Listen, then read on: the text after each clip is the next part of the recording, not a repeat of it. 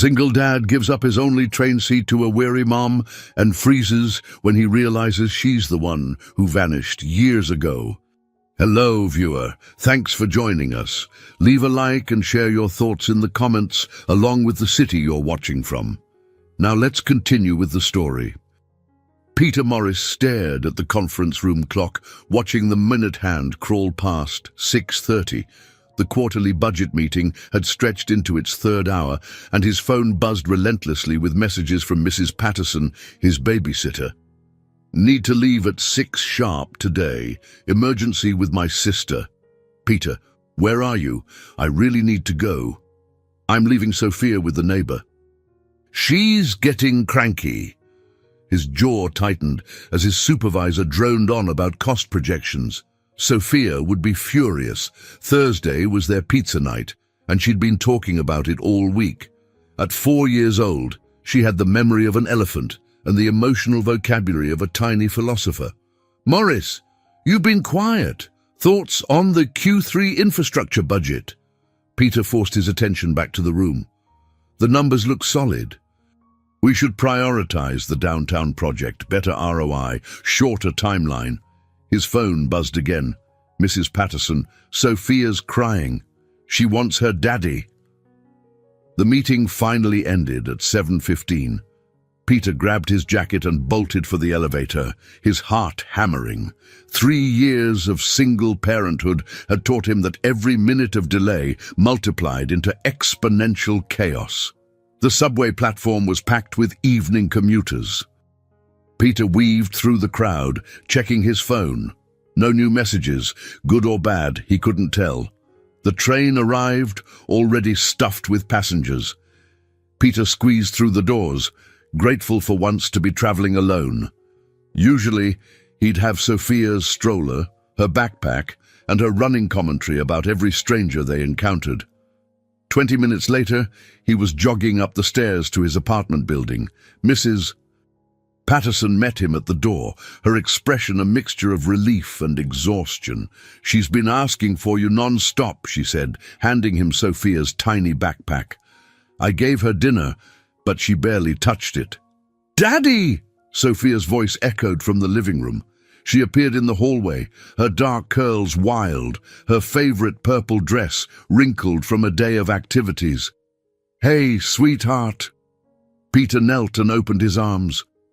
She crashed into him, her small body trembling with leftover tears. You were gone forever, she whispered against his shoulder. I know. I'm sorry. Work ran late. Mrs. Patterson gathered her things quietly. She's a good kid, Peter. Just needs her routine. After she left, Peter carried Sophia to the kitchen. How about that pizza? I know it's late, but can we still have movie night? Her hopeful expression nearly broke his heart. Of course. What do you want to watch? The princess one. With the dragon? Peter smiled. Sophia had very specific tastes in entertainment. Brave princesses, friendly dragons, and happy endings. No villains too scary, no stories too sad. While they waited for the pizza delivery, Sophia chatted about her day at preschool. She'd painted a picture of their family. 2 stick figures holding hands under a rainbow. That's me and you, Daddy. See? We're happy. Peter studied the drawing. 2 figures, not 3. Sophia had never known her mother. Angela had left when Sophia was barely a year old, claiming she wasn't ready for motherhood. Sometimes Peter wondered if his daughter felt the absence, but she never asked about it directly. It's beautiful, sweetheart. Should we put it on the refrigerator? Yes. Right next to the one with the dinosaurs. They ate pizza on the couch.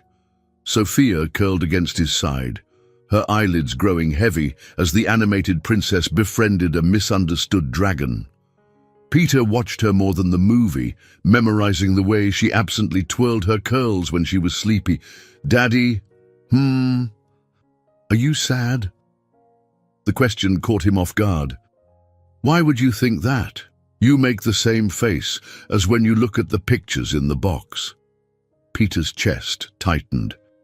She meant the shoebox in his closet, filled with photographs from his relationship with Lauren. He thought he'd hidden it well, but Sophia noticed everything.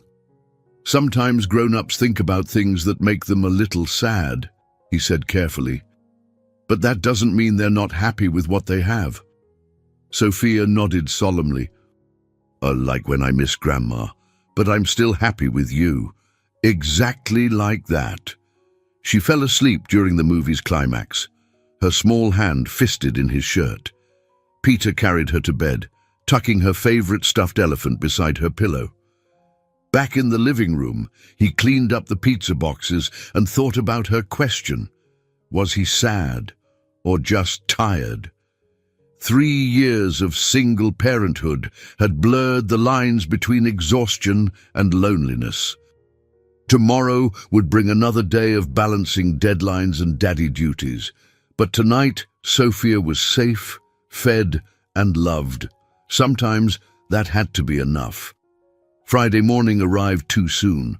Peter's alarm buzzed at 6:30, but Sophia was already awake, standing beside his bed with her elephant clutched to her chest. "Daddy, it's pancake day." Peter rubbed his eyes. "What's pancake day?" "Mrs. Chen at school said Fridays are for special breakfasts." "Can we make pancakes?" He checked his phone. 6:35. His usual schedule allowed exactly 45 minutes for breakfast, getting Sophia ready, and catching the 8:15 train. Pancakes would require at least 20 extra minutes. "How about tomorrow morning? We can make a big batch and—" Sophia's lower lip trembled. "But it's Friday pancake day." Peter studied her face, recognizing the signs of an impending meltdown. They'd had a rough week, late nights, schedule changes, too much takeout. She needed consistency, even if it meant chaos for him. "Okay, sweetheart, pancakes it is." Her smile could have powered the city. With blueberries. With blueberries.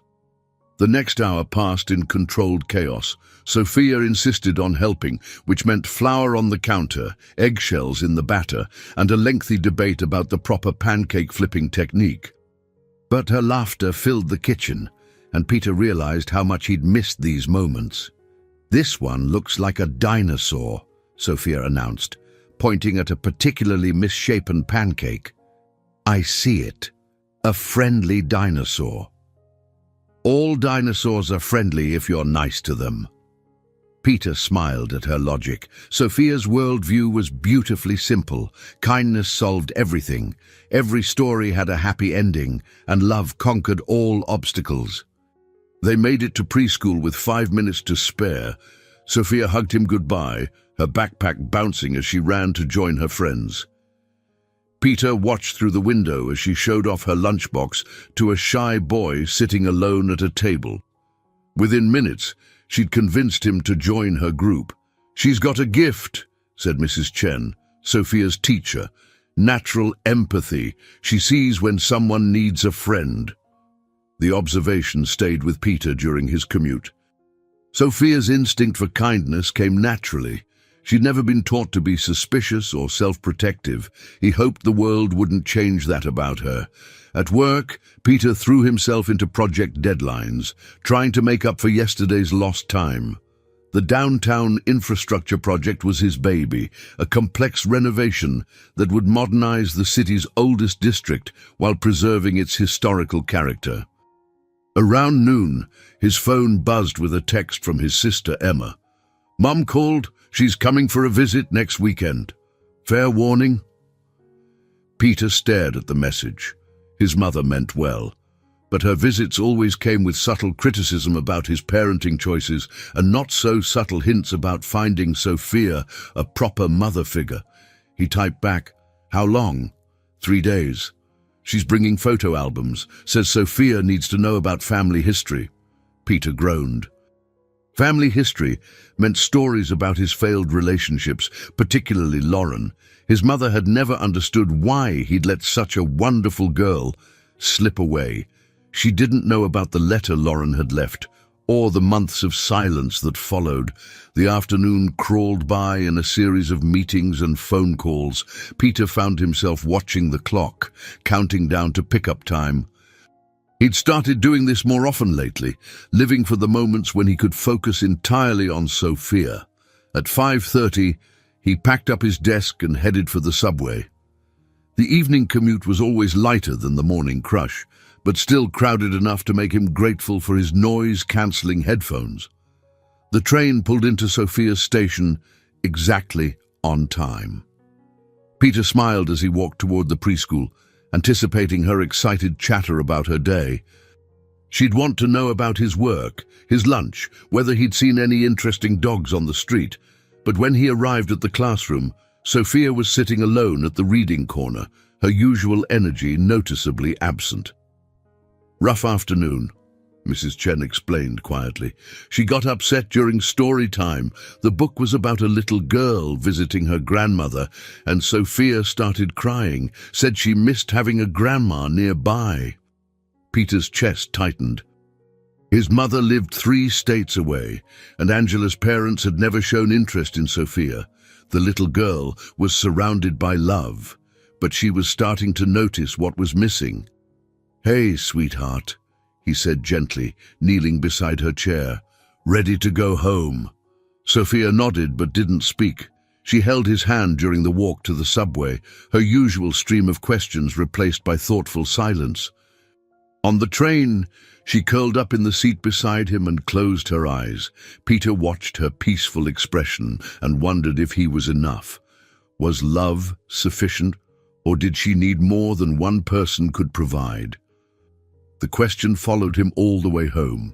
Monday evening, Peter juggled his laptop bag and Sophia's hand as they descended into the subway station. The quarterly review meeting had run 40 minutes over schedule, and Mrs. Patterson's emergency call about her sick grandson had forced Peter to bring Sophia to the office for the last hour. "Daddy, your work is boring," Sophia announced, skipping beside him. "All those people just talked and talked." "I know, sweetheart. Thanks for being patient. The lady with the red hair gave me cookies." Peter smiled. Margaret from accounting had taken pity on Sophia, setting her up with coloring books and snacks in the conference room. But he couldn't keep bringing her to work. It wasn't fair to anyone. The platform was packed with commuters, their faces glazed with end-of-day exhaustion. Peter lifted Sophia onto his shoulders so she could see over the crowd. "There's our train!" she pointed excitedly. The 6:30 express pulled in, already stuffed with passengers. Peter hesitated. Sophia hated crowded spaces, and she'd been overwhelmed all day. But the next train wouldn't arrive for 20 minutes. "Hold tight. Okay, we're going to squeeze in." They pushed through the doors just as they started to close. Peter found a small space near the back, Sophia still perched on his shoulders, her legs dangling against his chest. "I can see everyone's heads," she whispered. "That man has no hair at all." "Inside voice," Peter reminded her, but he was smiling. The train lurched forward, and Sophia's weight shifted. Peter's arms were already tired from carrying her laptop bag and her backpack. He scanned the car, looking for any available seat. That's when he heard it, a baby crying. Not the brief fussing of a tired infant, but the desperate wailing of a child in distress. The sound cut through the train car's ambient noise, and Peter felt every parent's instinctive response. Someone needs help. He followed the sound to the front of the car, where a young woman sat holding a baby, tears streaming down her face. She was maybe late 20s, with dark hair pulled back in a messy ponytail, wearing scrubs under a light jacket. The baby, maybe 8 or 9 months old, was red-faced and inconsolable. Other passengers shifted uncomfortably, avoiding eye contact. The woman was clearly struggling, bouncing the baby and whispering reassurances that weren't working. Peter made his way forward, Sophia still on his shoulders. "Excuse me," he said gently. "Would you like to sit down? I can stand." The woman looked up, her eyes red-rimmed and exhausted. "Oh, no, I couldn't. Please, I insist." Peter was already lifting Sophia down from his shoulders. "My daughter and I are fine standing."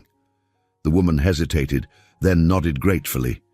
As she stood to move to Peter's seat, She looked directly at him, and the world stopped. It was Lauren. 7 years vanished in an instant. The same green eyes, the same delicate features, the same expression of vulnerability that had once made him want to protect her from everything. But now she looked older, tired, carrying the weight of responsibilities he couldn't imagine. Her face went pale with recognition.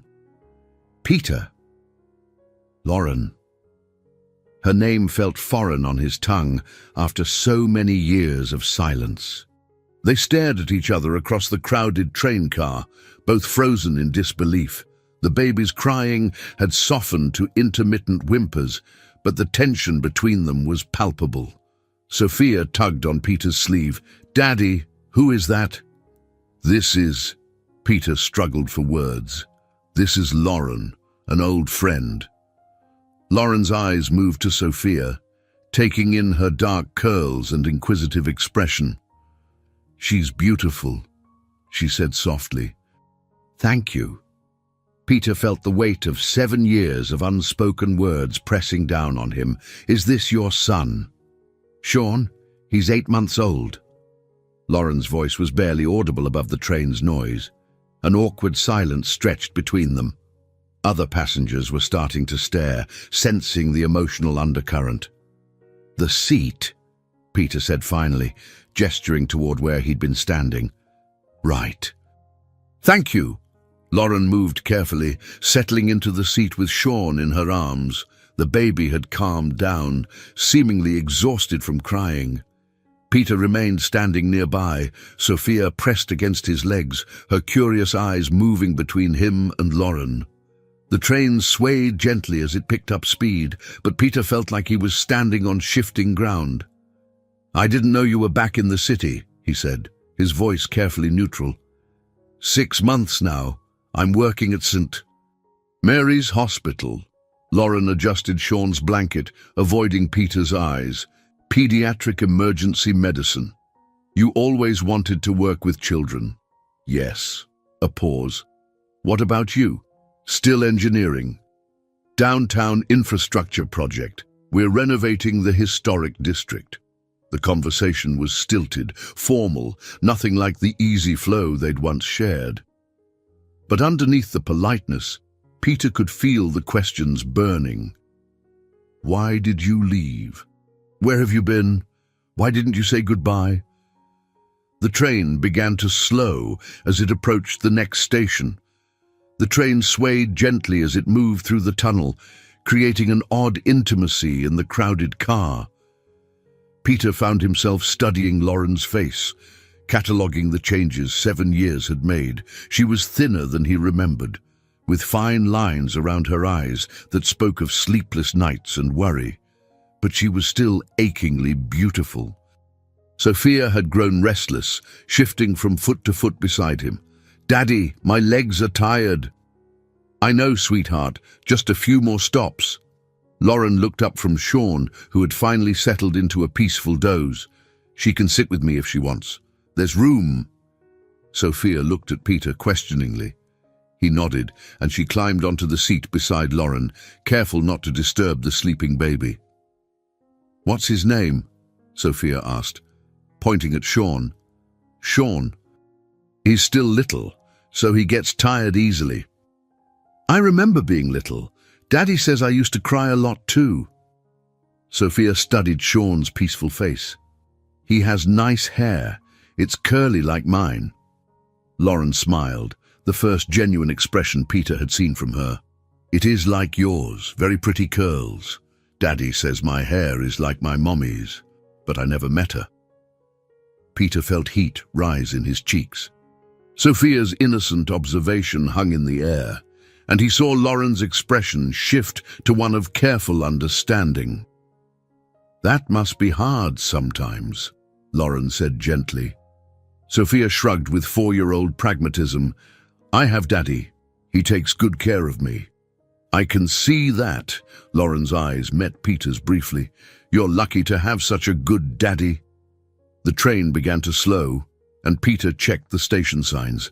Still 15 minutes to their stop. The longest 15 minutes of his life, "Lauren," he said quietly. Please," she shook her head slightly. "Not here." He understood. Too public, too complicated, with Sophia listening to every word.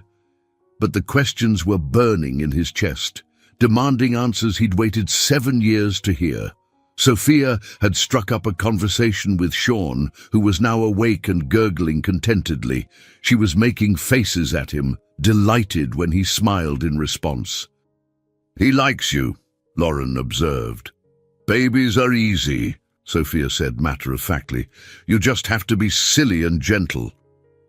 That's very wise advice.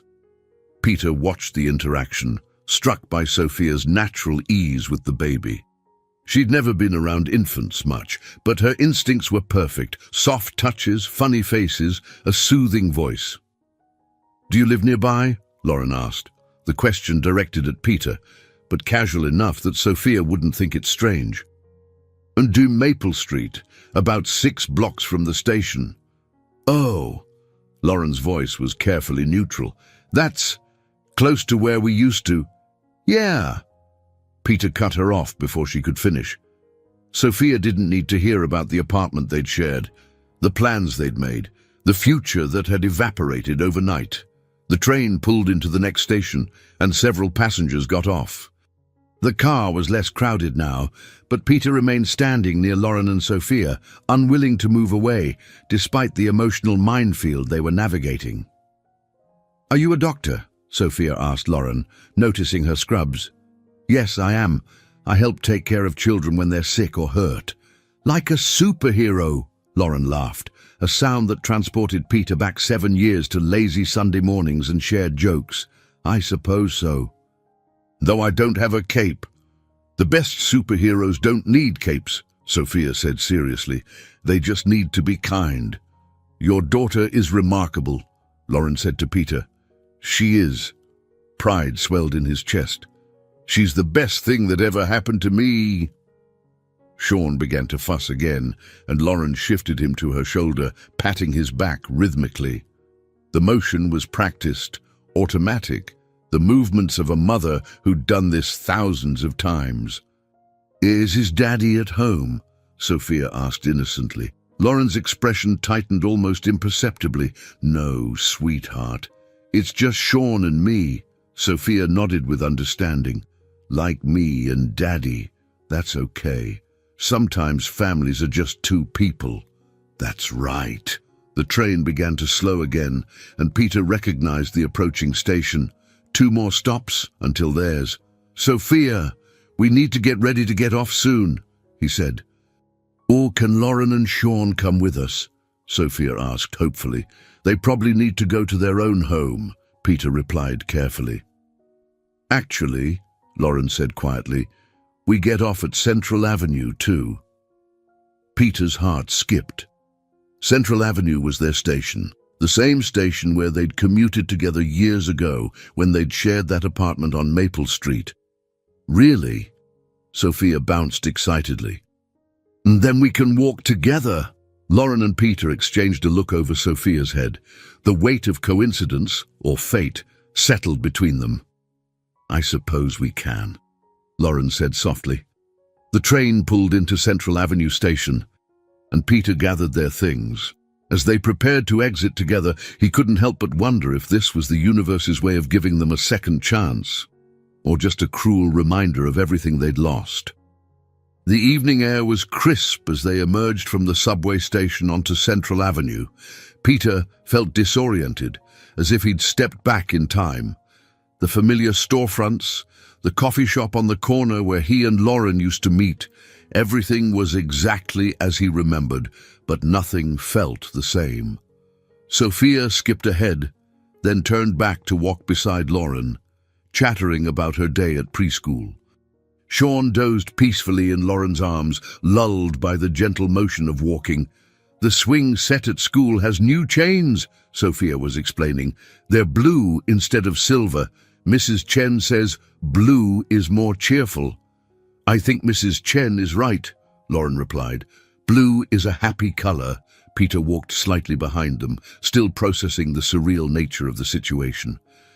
7 years of wondering where Lauren had gone, what had happened to her, whether she ever thought of him, and now here she was, walking down the same street they'd traveled together countless times. "Do you live far from here?"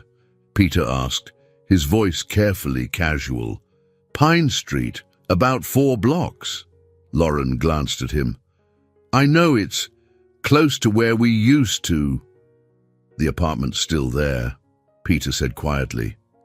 "And I drive past it sometimes."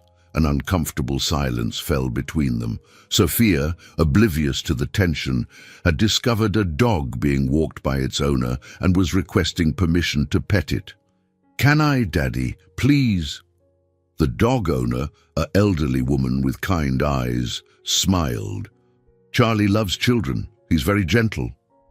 Sophia knelt down to pet the golden retriever, and Charlie immediately rolled over for belly rubs.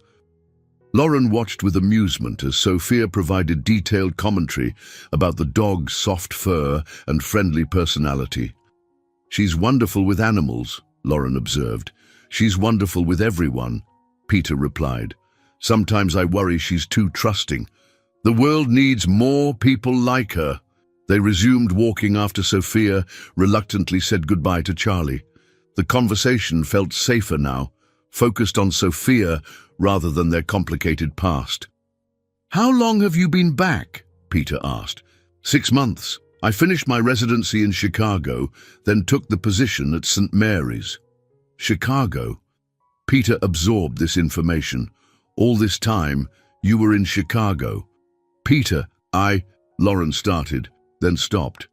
"This isn't the right time." He wanted to press her for answers, but Sophia was listening, and Sean was starting to fuss again. The middle of the sidewalk wasn't the place for the conversation they needed to have. They reached the corner where their paths would diverge. Peter and Sophia continuing straight to Maple Street, Lauren turning left toward Pine Street. "This is where we turn," Lauren said, shifting Sean to her other arm. Sophia looked disappointed. "Can't you come see our apartment? We have a really good refrigerator for drawings." Peter felt his cheeks warm. "Sophia, Lauren and Sean need to get home." "Actually," Lauren said slowly, "Sean could probably use a diaper change, and I'm out of formula. There's a pharmacy on Maple Street, isn't there?" Peter nodded. 2 blocks down. "Would you mind if we tagged along just to the pharmacy?" "Of course." The words came out before Peter could second-guess himself. "We can stop at our place first if you need to change him." Lauren looked grateful. "That would be perfect."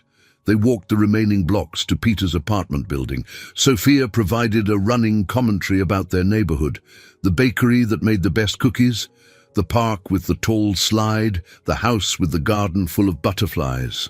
"We live on the 3rd floor," Sophia announced as they climbed the stairs. "Daddy says it's good exercise." Peter unlocked the door to their apartment, suddenly conscious of the scattered toys, the breakfast dishes still in the sink, the general chaos of single-parent living. "It's not exactly pristine," he apologized. "It's perfect," Lauren said, looking around at the warm, lived-in space. "It feels like a real home." Sophia immediately began showing Lauren her artwork on the refrigerator, explaining each drawing in detail.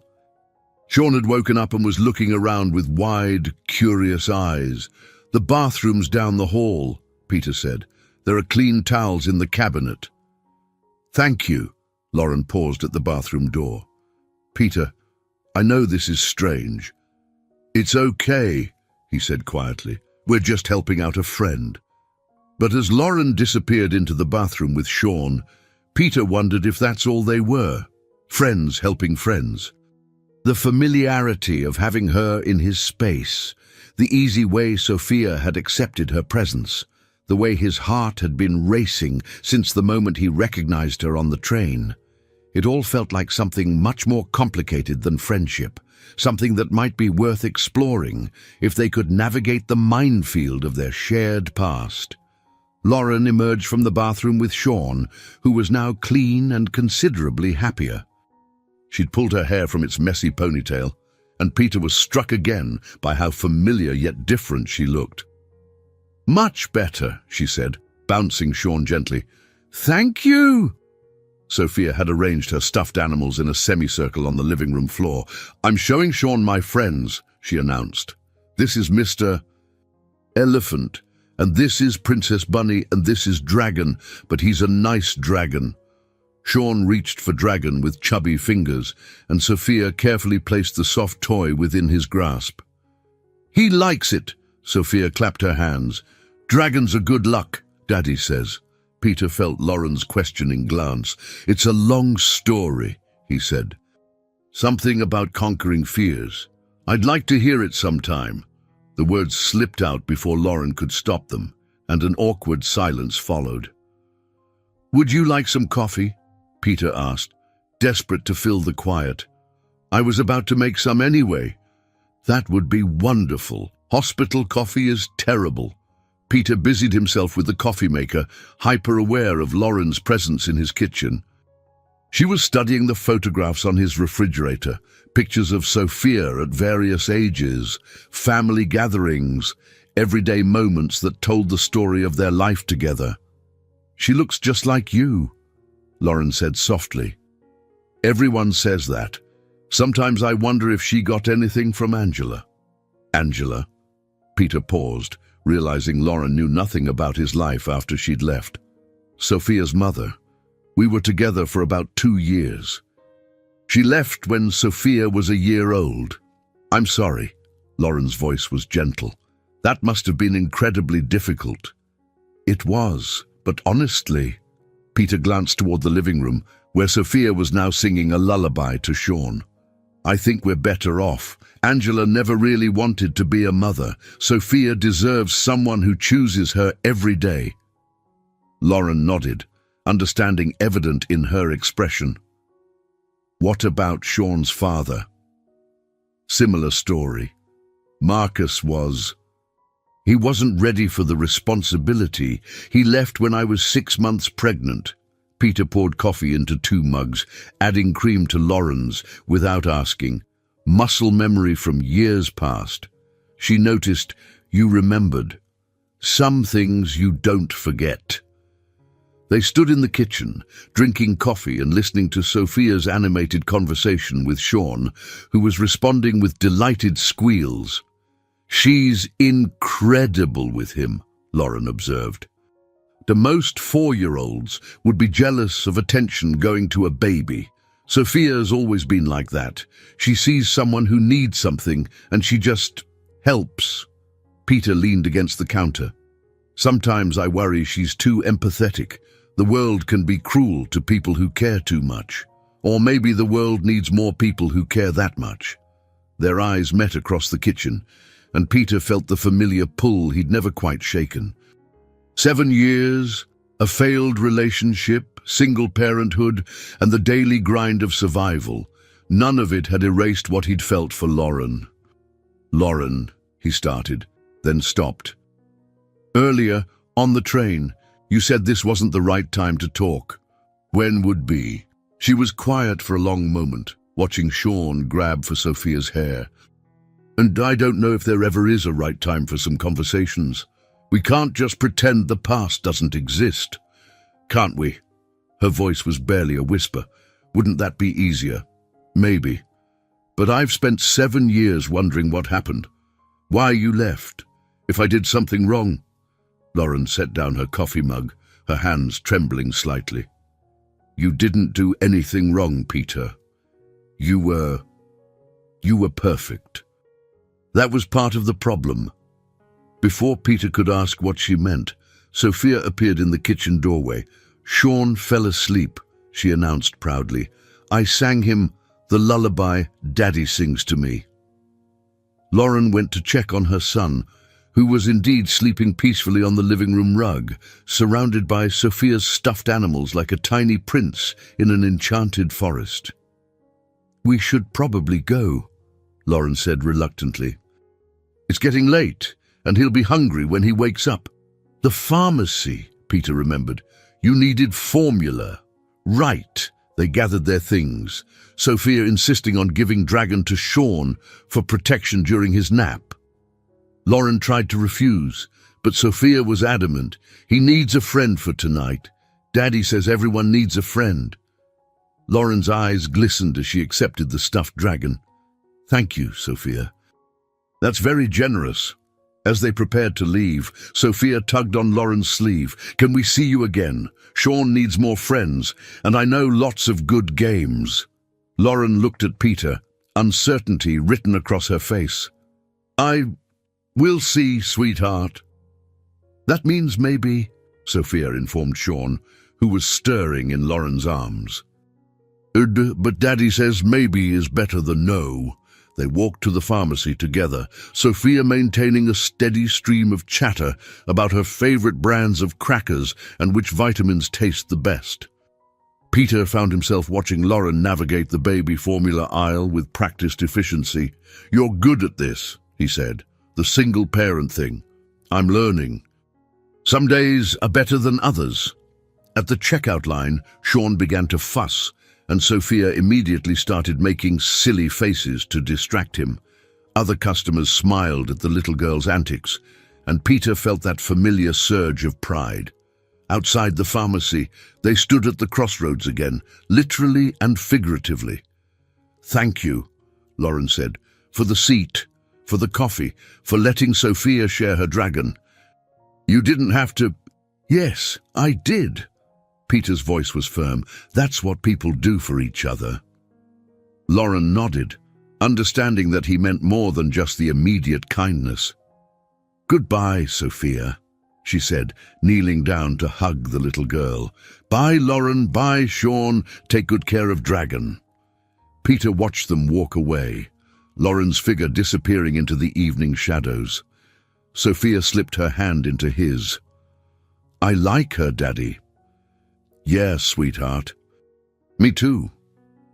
3 days later, Peter was grabbing lunch at the coffee shop near his office when he spotted a familiar figure at a corner table. Lauren sat alone, staring at her laptop screen with the intensity of someone wrestling with a difficult problem. He hesitated. Their last encounter had ended with more questions than answers, and he wasn't sure if approaching her was wise. But before he could decide, she looked up and their eyes met. Peter. She closed her laptop. Hi. He gestured to the empty chair across from her. Mind if I sit? I promise not to interrogate you about the past 7 years. A small smile tugged at her lips. That might be the first time anyone's offered to not interrogate me. He sat down, setting his sandwich on the table. Rough day. Hospital politics. Sometimes I think medical school should include a course on bureaucratic survival. She rubbed her temples. What about you? How's the infrastructure project? Moving forward slowly. The Historical Preservation Committee has opinions about everything, including the color of the new streetlights. Some things never change. You always loved the challenge of balancing old and new. Peter felt a familiar warmth at her words. Lauren had always understood his passion for preserving history while building for the future. How's Sophia? Lauren asked. Asking about Sean every day. Apparently, she's appointed herself his unofficial big sister. Lauren laughed. Sean's been unusually happy this week. I think he remembers her. They fell into a comfortable rhythm of conversation. Work challenges, funny stories about their children, observations about how the neighborhood had changed. It felt natural, easy, like picking up a favorite book after years away. Can I ask you something? Peter said after they'd been talking for 20 minutes. Lauren's expression grew cautious. Depends on the question. Why pediatric emergency medicine? I remember you wanting to do family practice. She was quiet for a moment, stirring her coffee thoughtfully. After I left, I moved back home to take care of my father. He'd been diagnosed with early-onset Alzheimer's. Peter felt his stomach drop. Lauren, I'm so sorry. You never said I couldn't.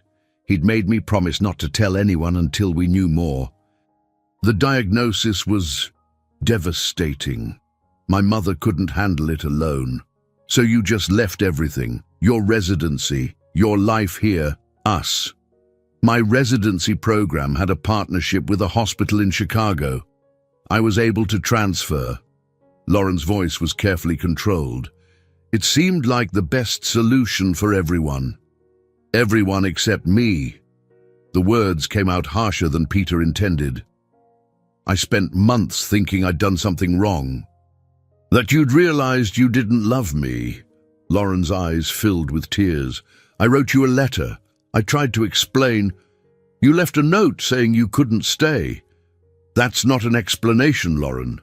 That's an abandonment. I was 22 years old and terrified.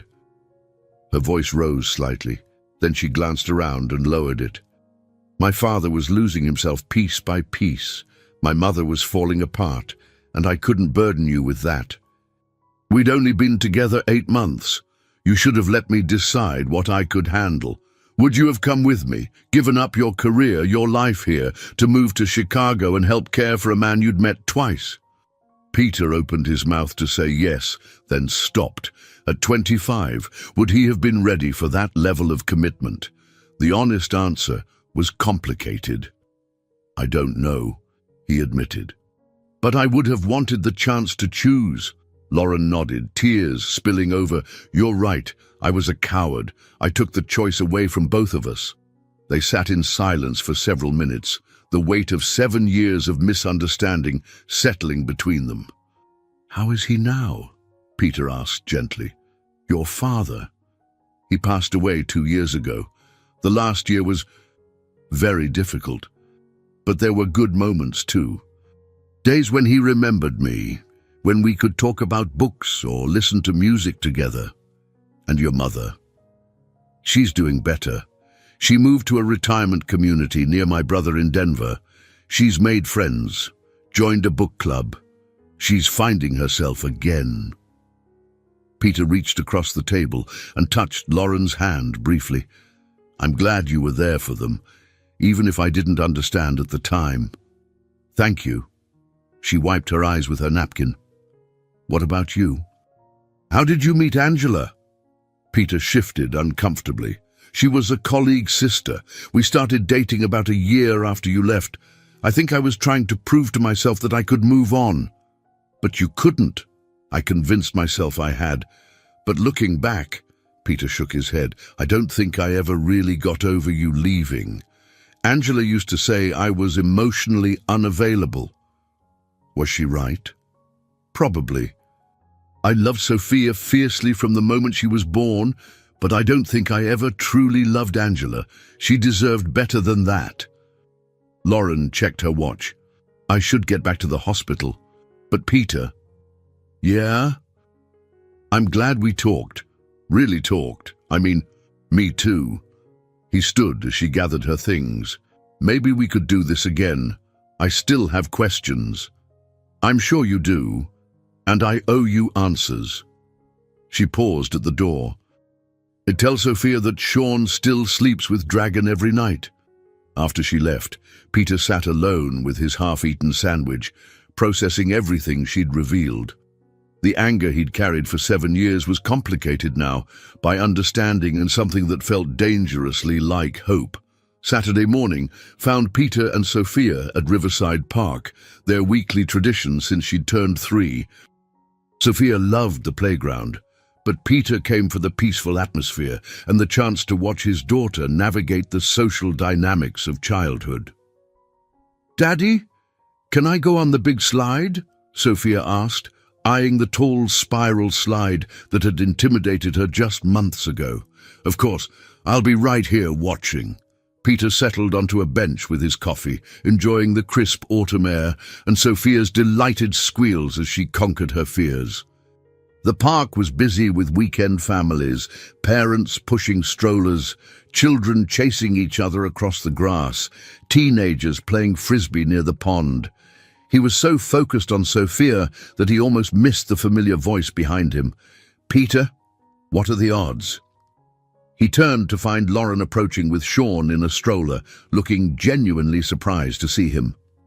Sophia insisted on the park, he said, standing to greet her. What about you? Same. Sean loves watching other children play, and I needed some fresh air after a brutal night shift. Sean was wide awake and alert, taking in the sights and sounds with fascination.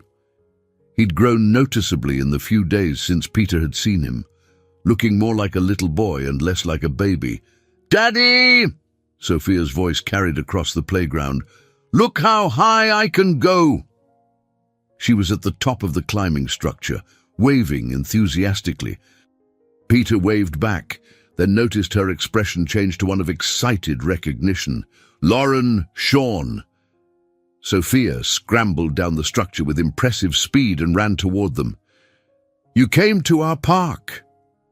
"It's not just your park, sweetheart," Peter reminded her gently. "But it's our favorite park," Sophia said, kneeling beside Sean's stroller. "Hi, baby Sean." "Do you want to see the ducks?" Sean reached for Sophia's face, and she giggled as his tiny fingers grabbed at her curls. "He remembers me," Sophia announced proudly. "Babies always remember their friends." Lauren smiled. "I think you're right. He's been fussy all morning, but he's completely calm now. Can I push his stroller to the duck pond? I'll be very careful." Peter started to object. Sophia was responsible, but Sean wasn't her responsibility. But Lauren nodded. "That would be lovely. Just stay where we can see you." They walked slowly behind Sophia, who was providing Sean with detailed commentary about everything they passed. The fountain, the flower beds, the joggers, the dog walker with 3 golden retrievers. Everything was worthy of explanation. "She's going to be an amazing big sister someday," Lauren observed. "She's been asking for a sibling since she turned 4. I keep explaining that it doesn't work that way. No prospects for expanding the family." Peter glanced at her.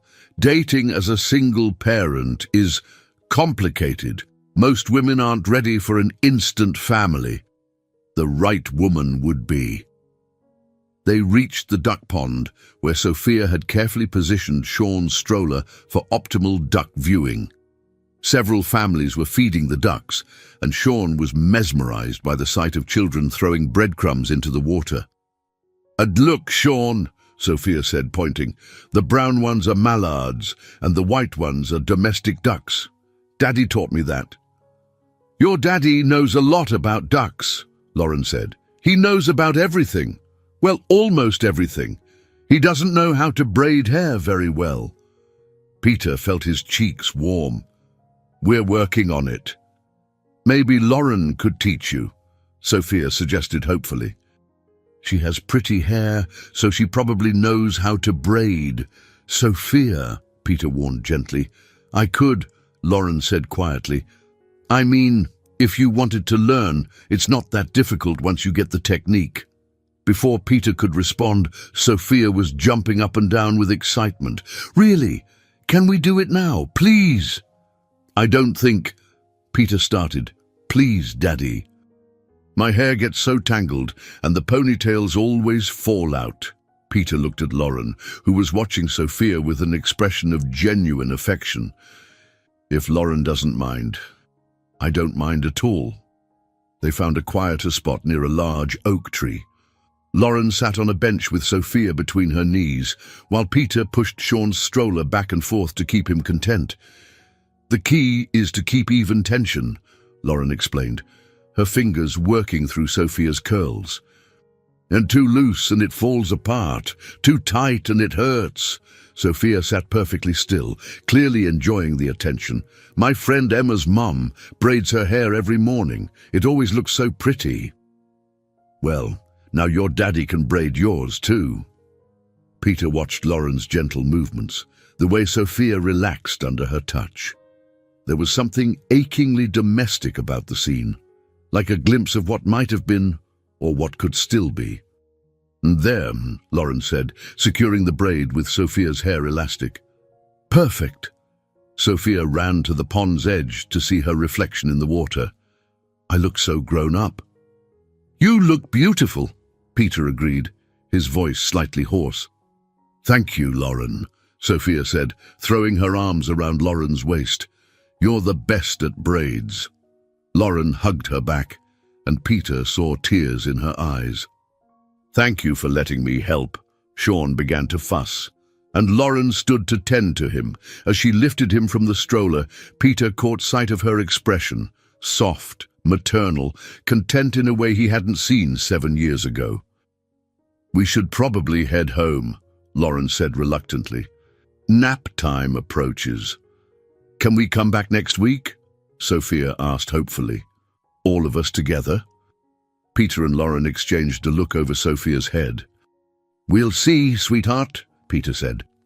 But as they walked back toward the park entrance, Sophia chattering happily about her new braid, Peter found himself hoping that "we'll see" might turn into "yes." The following Tuesday, Peter's phone buzzed during his lunch break, a text from Lauren. "Emergency at hospital. Could you possibly pick up Sean from daycare? I know it's a huge ask."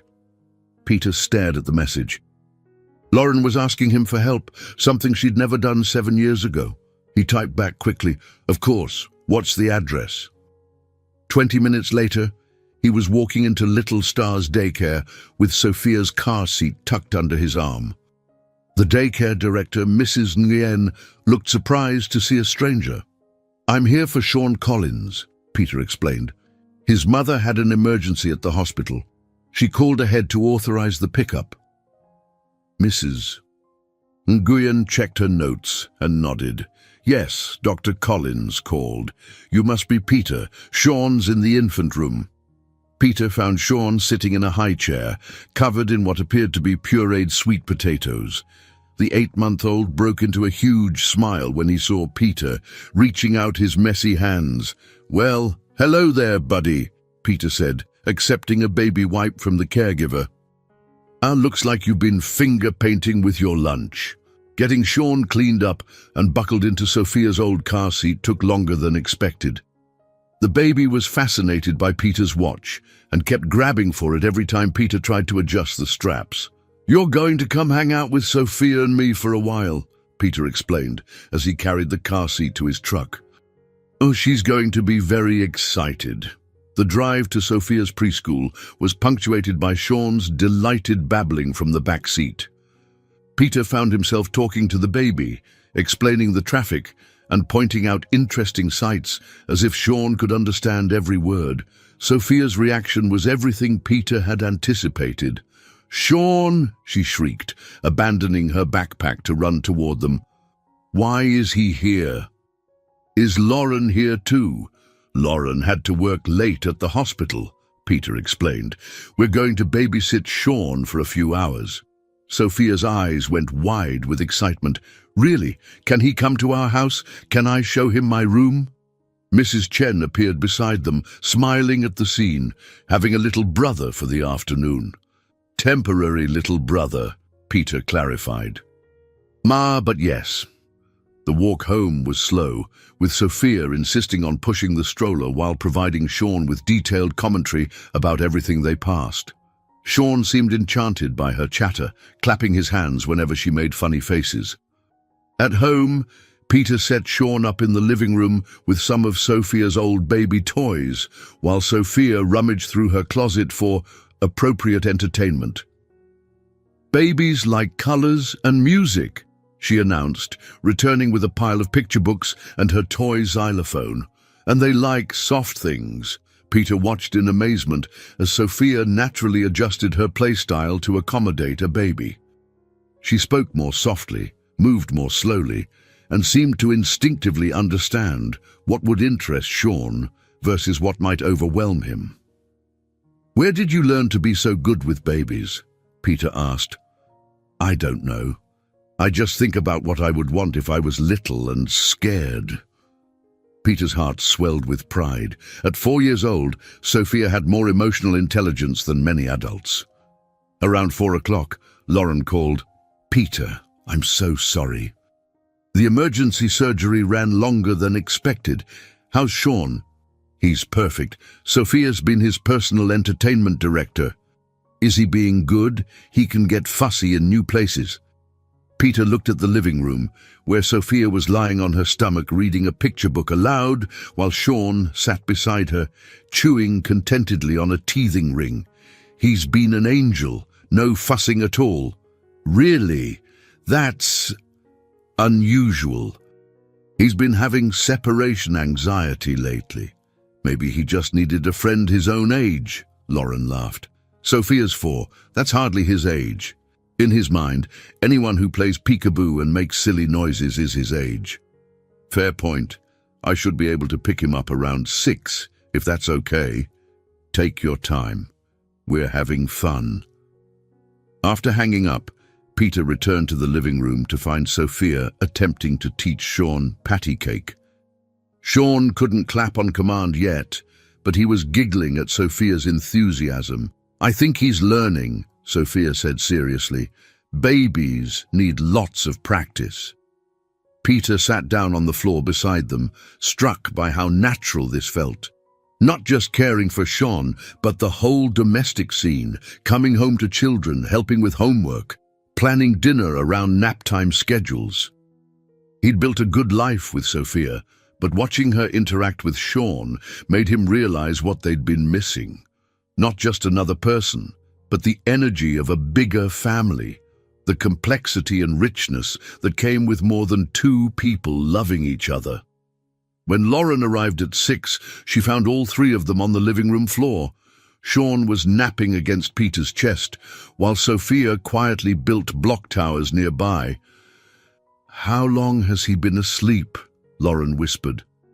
"About an hour. I didn't want to move him." Lauren's expression was soft as she looked at them.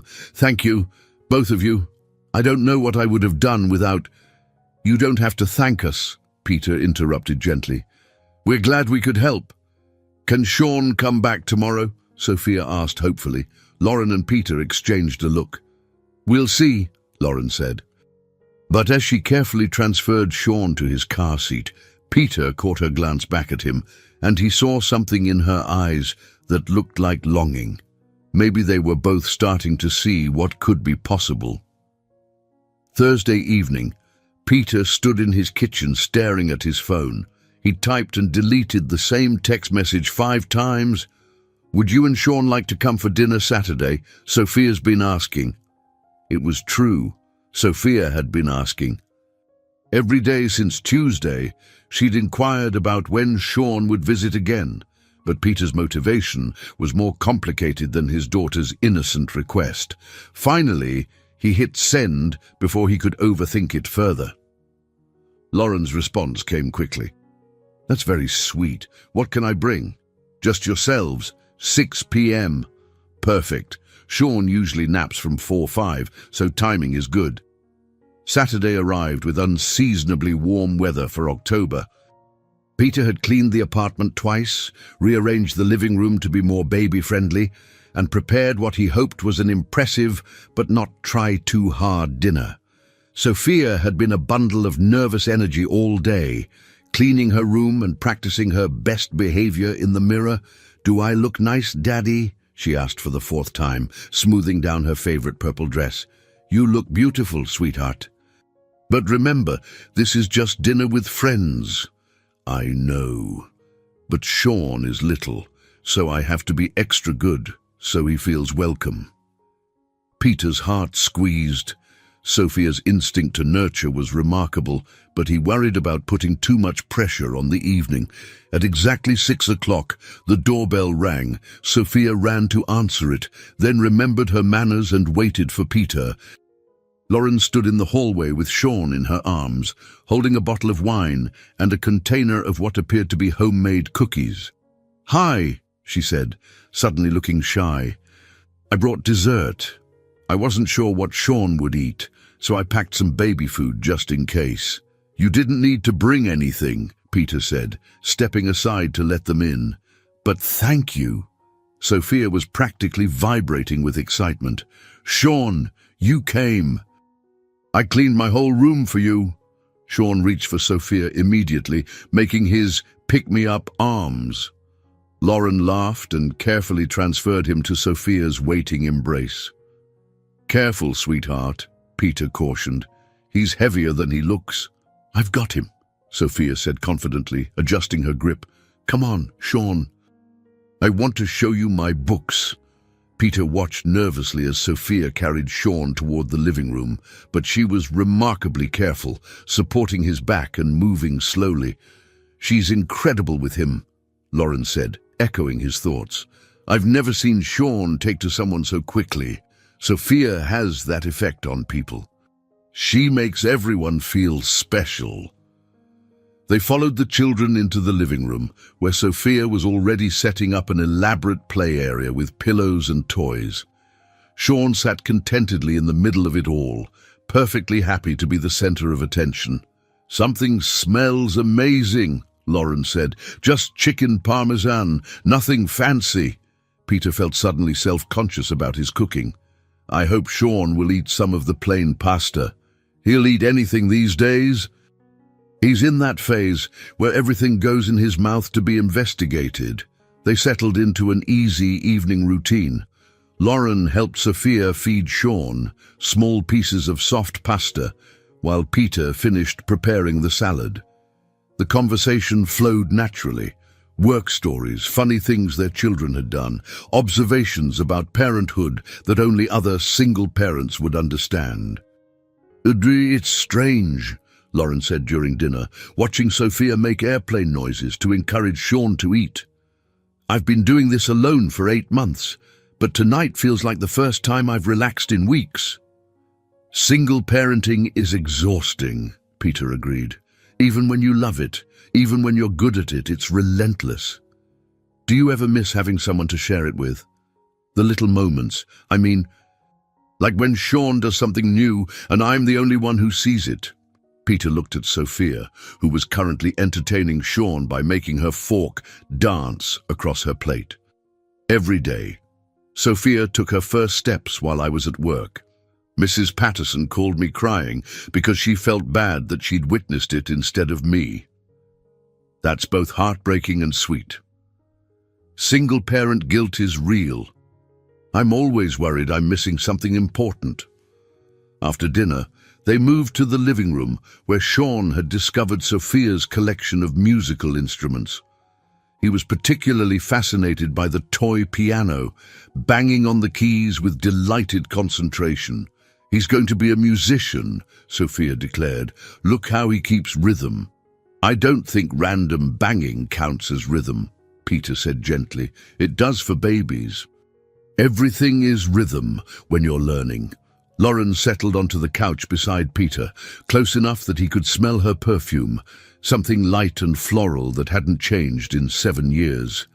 "Peter," she said quietly, while Sophia and Sean were occupied with the instruments. "Thank you for this. I know it's complicated, given our history." "What's complicated about dinner with friends?" "Are we friends?" Lauren asked, meeting his eyes. "I mean, I want to be. But I'm not sure what we are exactly." Peter considered her question. "What were they? Former lovers reconnecting, co-parents in training, something undefined but growing stronger each time they met?" "I don't know either," he admitted. "But I know I like having you here, both of you. It feels right." "Yeah, it feels right." Sophia's laughter interrupted their conversation as Sean managed to hit 3 piano keys simultaneously, creating what she deemed a masterpiece. "We should write it down," Sophia said seriously, "in case he forgets how to play it." Lauren and Peter exchanged an amused look over the children's heads. "I should probably get Sean home soon," Lauren said reluctantly. "It's almost his bedtime." "Can they come back next week?" Sophia asked immediately. Peter looked at Lauren, seeing his own hope reflected in her expression. "I'd like that," Lauren said softly. "It's a date," Peter replied, then immediately felt his cheeks warm at his choice of words. But Lauren just smiled. "Yes," she said, "I suppose it is." 2 weeks later, their Saturday dinners had become a tradition. Peter found himself looking forward to them all week, planning menus and timing everything around Sean's nap schedule. "Tonight, Lauren had offered to cook at her apartment, and Sophia had been chattering about it since breakfast. "Do you think Sean has toys at his house?" Sophia asked, as they walked up the steps to Lauren's building on Pine Street. "I'm sure he does, sweetheart. All babies have toys. But what if they're different toys? What if he doesn't have building blocks?" Peter smiled at her concern. Sophia had packed a small bag of essential toys for Sean, just in case his collection was inadequate. Lauren's apartment was on the second floor, a cozy one-bedroom with hardwood floors and large windows that caught the afternoon light. It was tastefully furnished but clearly arranged around Sean's needs: safety gates, outlet covers, and toys organized in accessible baskets. "This is beautiful," Peter said, taking in the space. It felt like Lauren, warm, thoughtful, with subtle touches that spoke of her personality. "It's small, but it works for us," Lauren replied, lifting Sean from his high chair. "Sean, look who's here!" Sean immediately reached for Sophia, babbling excitedly. Over the past 2 weeks, he'd become noticeably more active and social, as if Sophia's attention had accelerated his development. "I brought you blocks," Sophia announced, dumping her bag onto the living room rug. "And books, and Mr. Giraffe in case you get scared." "That's very thoughtful," Lauren said. "Sean loves new toys." While Sophia set up an elaborate play area, Peter followed Lauren into the kitchen. She was making lasagna, and the apartment smelled like garlic and herbs. "Can I help with anything?" "You could open the wine. Glasses are in the cabinet above the sink." Peter poured 2 glasses of red wine, hyper-aware of Lauren moving around the small kitchen. They'd fallen into an easy domestic rhythm over the past few weeks, but tonight felt different somehow. More intimate, maybe because they were in her space. "How was your week?" he asked, handing her a glass. "Exhausting. We had 3 emergency surgeries, and I'm covering for a colleague who's on maternity leave." Lauren took a sip of wine and sighed. "I love the work, but sometimes I feel like I'm barely keeping my head above water. Single-parent life in the medical field. That can't be easy." "What about you? How's the Historic District project?" "Actually progressing. The Preservation Committee approved our streetlight design, which is a minor miracle." Peter leaned against the counter. "Sophia's been drawing pictures of the renovated buildings. She's decided she wants to be an architect." Last week, she wanted to be a veterinarian who specializes in dragons." Lauren laughed. "I love her career flexibility." From the living room came the sound of Sophia reading aloud to Sean, her voice animated as she acted out different characters. Peter and Lauren both turned to watch through the kitchen doorway. "She's going to make an amazing big sister someday," Lauren said softly. "She keeps asking me for a little brother or sister. I keep explaining that it's not that simple." "What do you tell her?" Peter hesitated.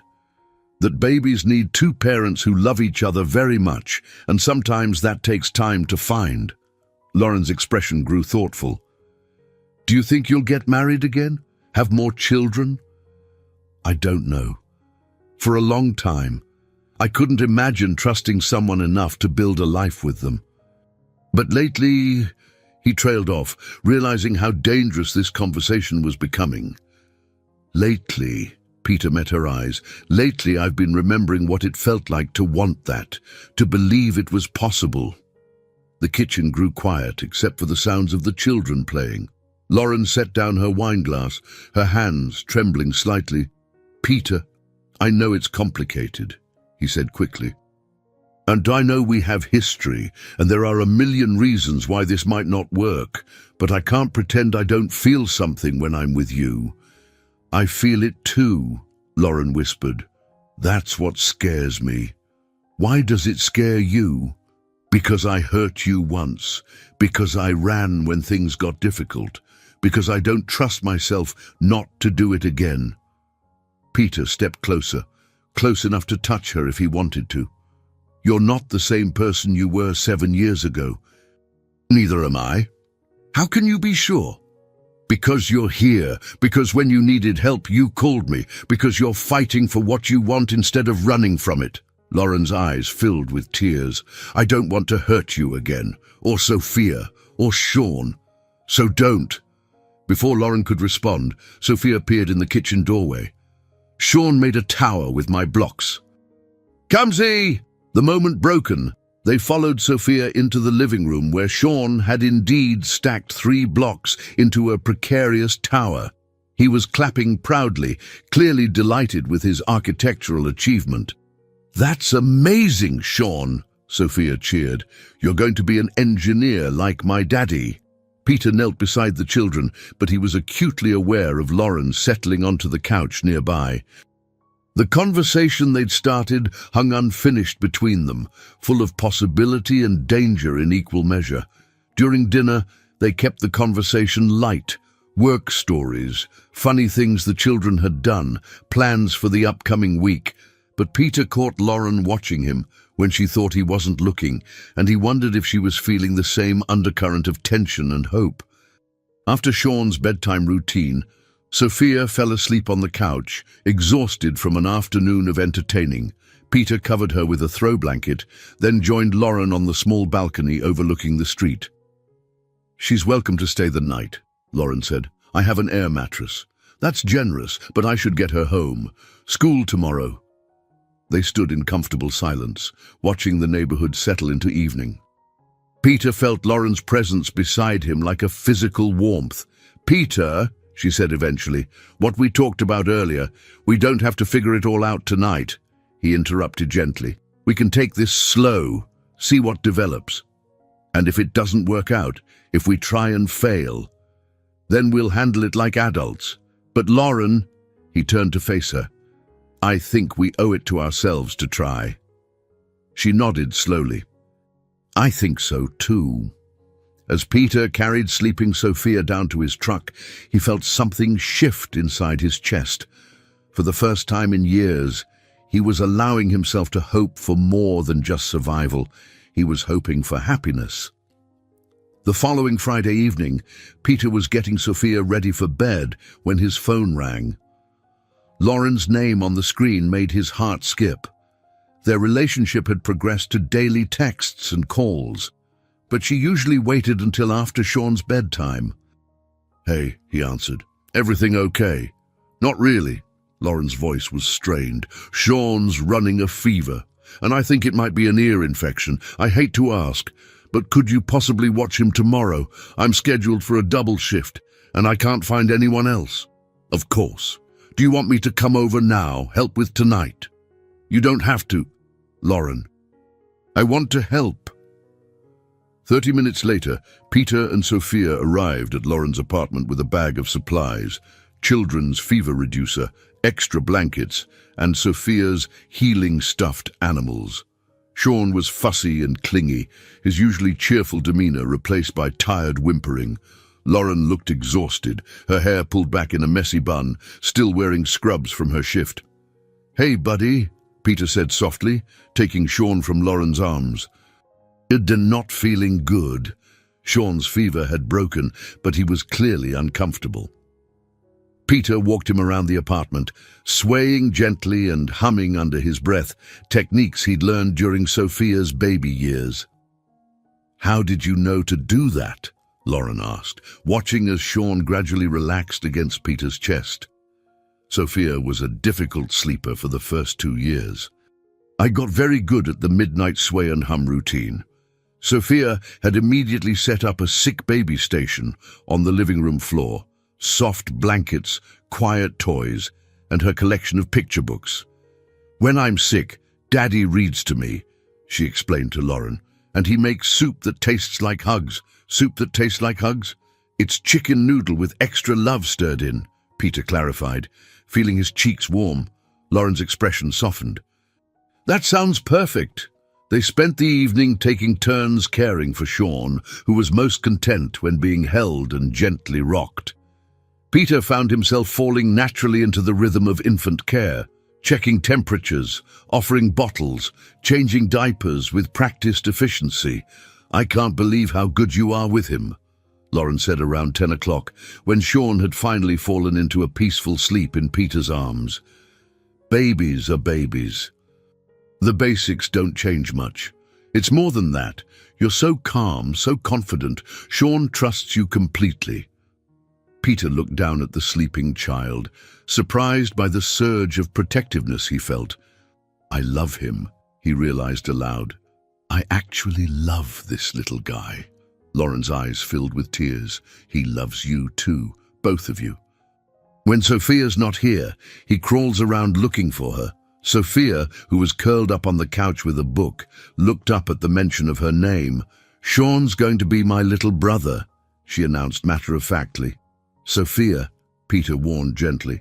What? He is. Maybe not yet, but someday. She returned to her book as if she'd just commented on the weather. Peter and Lauren exchanged a look over Sophia's head.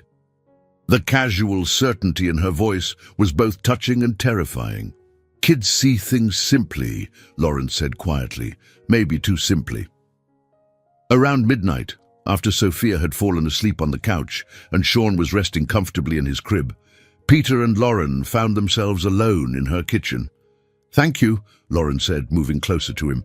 I don't know what I would have done without you tonight. You would have figured it out. You always do. Would I? Sometimes I feel like I'm barely managing to keep everything together. Peter reached out and tucked a strand of hair behind her ear. You're an amazing mother, Lauren. Don't doubt that. She leaned into his touch, closing her eyes. I've missed this. Having someone who cares whether I'm okay. I do care, more than I probably should. When Lauren opened her eyes, they were standing very close. Peter could see the flecks of gold in her green irises, could feel her breath against his face. Peter, she whispered. He knew he should step back, maintain the careful distance they'd been preserving, but 7 years of wondering, weeks of growing closer, and the intimacy of caring for their children together had worn down his defenses. Lauren, he said softly, and then he was kissing her. She melted against him, her hands fisting in his shirt as 7 years of separation and longing poured into the kiss. It was tentative at first, then deeper, full of recognition and promise. When they finally broke apart, Lauren rested her forehead against his chest. I've been wanting to do that for weeks, she admitted. Just weeks, she laughed softly. Okay, years. I've been wanting to do that for years. Peter tilted her chin up so he could see her face. Where does this leave us? I don't know, but I know I don't want to run anymore. Good, because I'm not letting you go this time. They held each other in the quiet kitchen, listening to the sounds of their children sleeping safely nearby. For the first time since Lauren had walked back into his life, Peter allowed himself to believe that they might actually have a future together. But as he carried sleeping Sophia home an hour later, a small voice in the back of his mind whispered a warning. Happiness, this profound, was fragile, and the past had a way of intruding on even the most perfect moments. Peter's mother arrived unannounced on Sunday morning, as was her way. He opened the door to find Helen Morris standing in the hallway with 2 suitcases and her signature disapproving expression. Mother, I wasn't expecting you until next weekend. Plans changed. Are you going to invite me in, or shall I stand in the hall all morning? Peter stepped aside, his mind racing. Lauren and Sean were supposed to come for lunch in 2 hours. Sophia was in her room, getting dressed and chattering excitedly about showing Sean her new puzzle. Sophia, Helen called out, come give Grandma a hug. Sophia appeared in the hallway, her face lighting up. Despite Helen's stern exterior, she doted on her granddaughter, and Sophia adored her in return. Grandma, you're early. Sophia launched herself into Helen's arms. I wanted to surprise you. My goodness, you've grown since Christmas. While Sophia and Helen caught up, Peter texted Lauren, Emergency, my mother arrived unexpectedly. Can we check lunch? Lauren's response came quickly. Is everything okay? Do you need us to stay away longer? Before Peter could answer, Sophia was tugging on his sleeve. "Daddy, can Grandma meet Lauren and Sean today? She'll love them." Peter's stomach dropped. "Sweetheart, Grandma just got here. She's probably tired." "Nonsense," Helen interrupted, having overheard. "I'd be delighted to meet your friends. Sophia's told me quite a lot about them on the phone." Peter's phone buzzed again. "Lauren, Sophia texted me from your phone." "Sorry," she grabbed it. "She really wants us to meet your mum. What do you think?" He looked at his mother, who was watching him with sharp eyes, and at Sophia, who was practically bouncing with excitement. There was no graceful way out. "They'll be here at noon," he said weakly. "Wonderful," Helen replied, but her tone suggested it was anything but. The next 2 hours passed in a blur of cleaning, cooking, and trying to prepare his mother for what was about to happen. Peter explained that Lauren was a doctor, a single mother, someone he'd known years ago who'd recently moved back to town. What he didn't explain was how he felt about her, or the fact that he'd kissed her 2 nights ago. Lauren arrived promptly at noon, carrying Sean and a bouquet of flowers that Peter suspected she'd bought as a peace offering. She was wearing a simple blue dress that brought out her eyes, and Peter could see she'd taken extra care with her appearance. "Mom, this is Lauren Collins," Peter said, making the introduction. "Lauren, my mother, Helen Morris."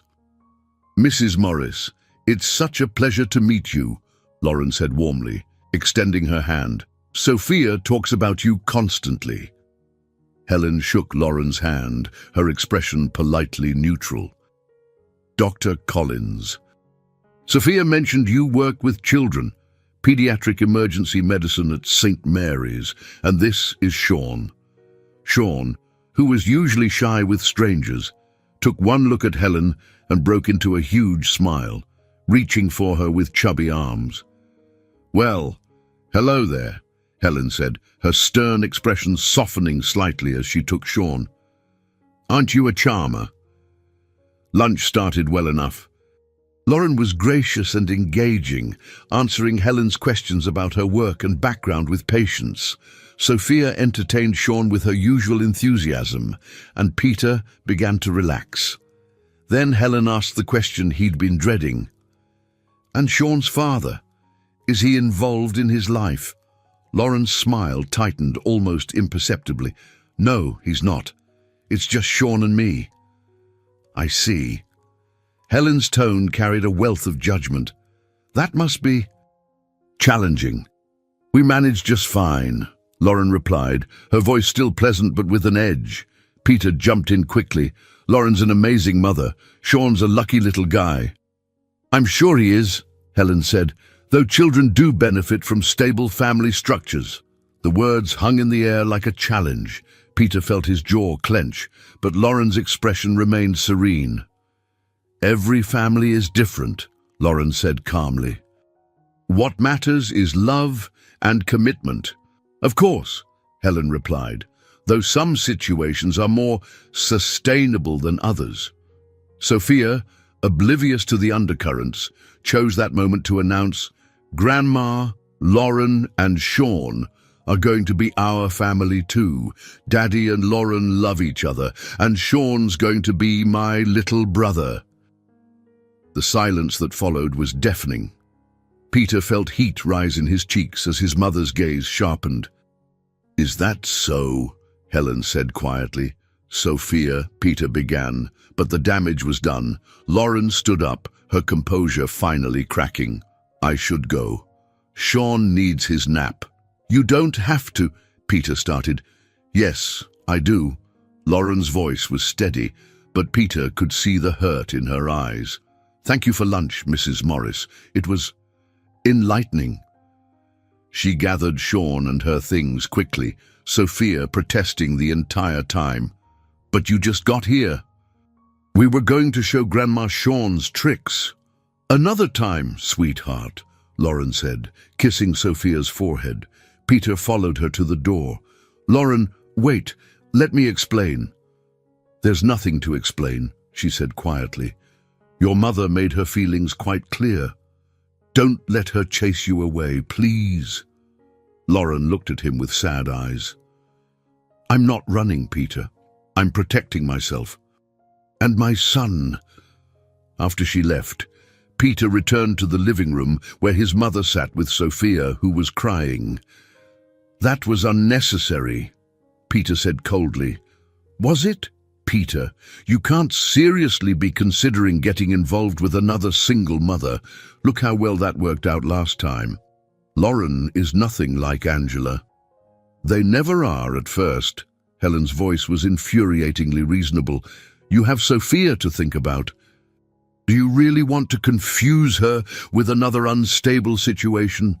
Peter stared at his mother, anger building in his chest, but before he could respond, Sophia spoke up through her tears. Grandma, you were mean to Lauren. She's not unstable. She's perfect. And with that pronouncement, Sophia ran to her room and slammed the door. Monday morning brought no relief from the disaster of Sunday's lunch. Peter had spent a sleepless night replaying the scene, his mother's cutting remarks echoing in his mind.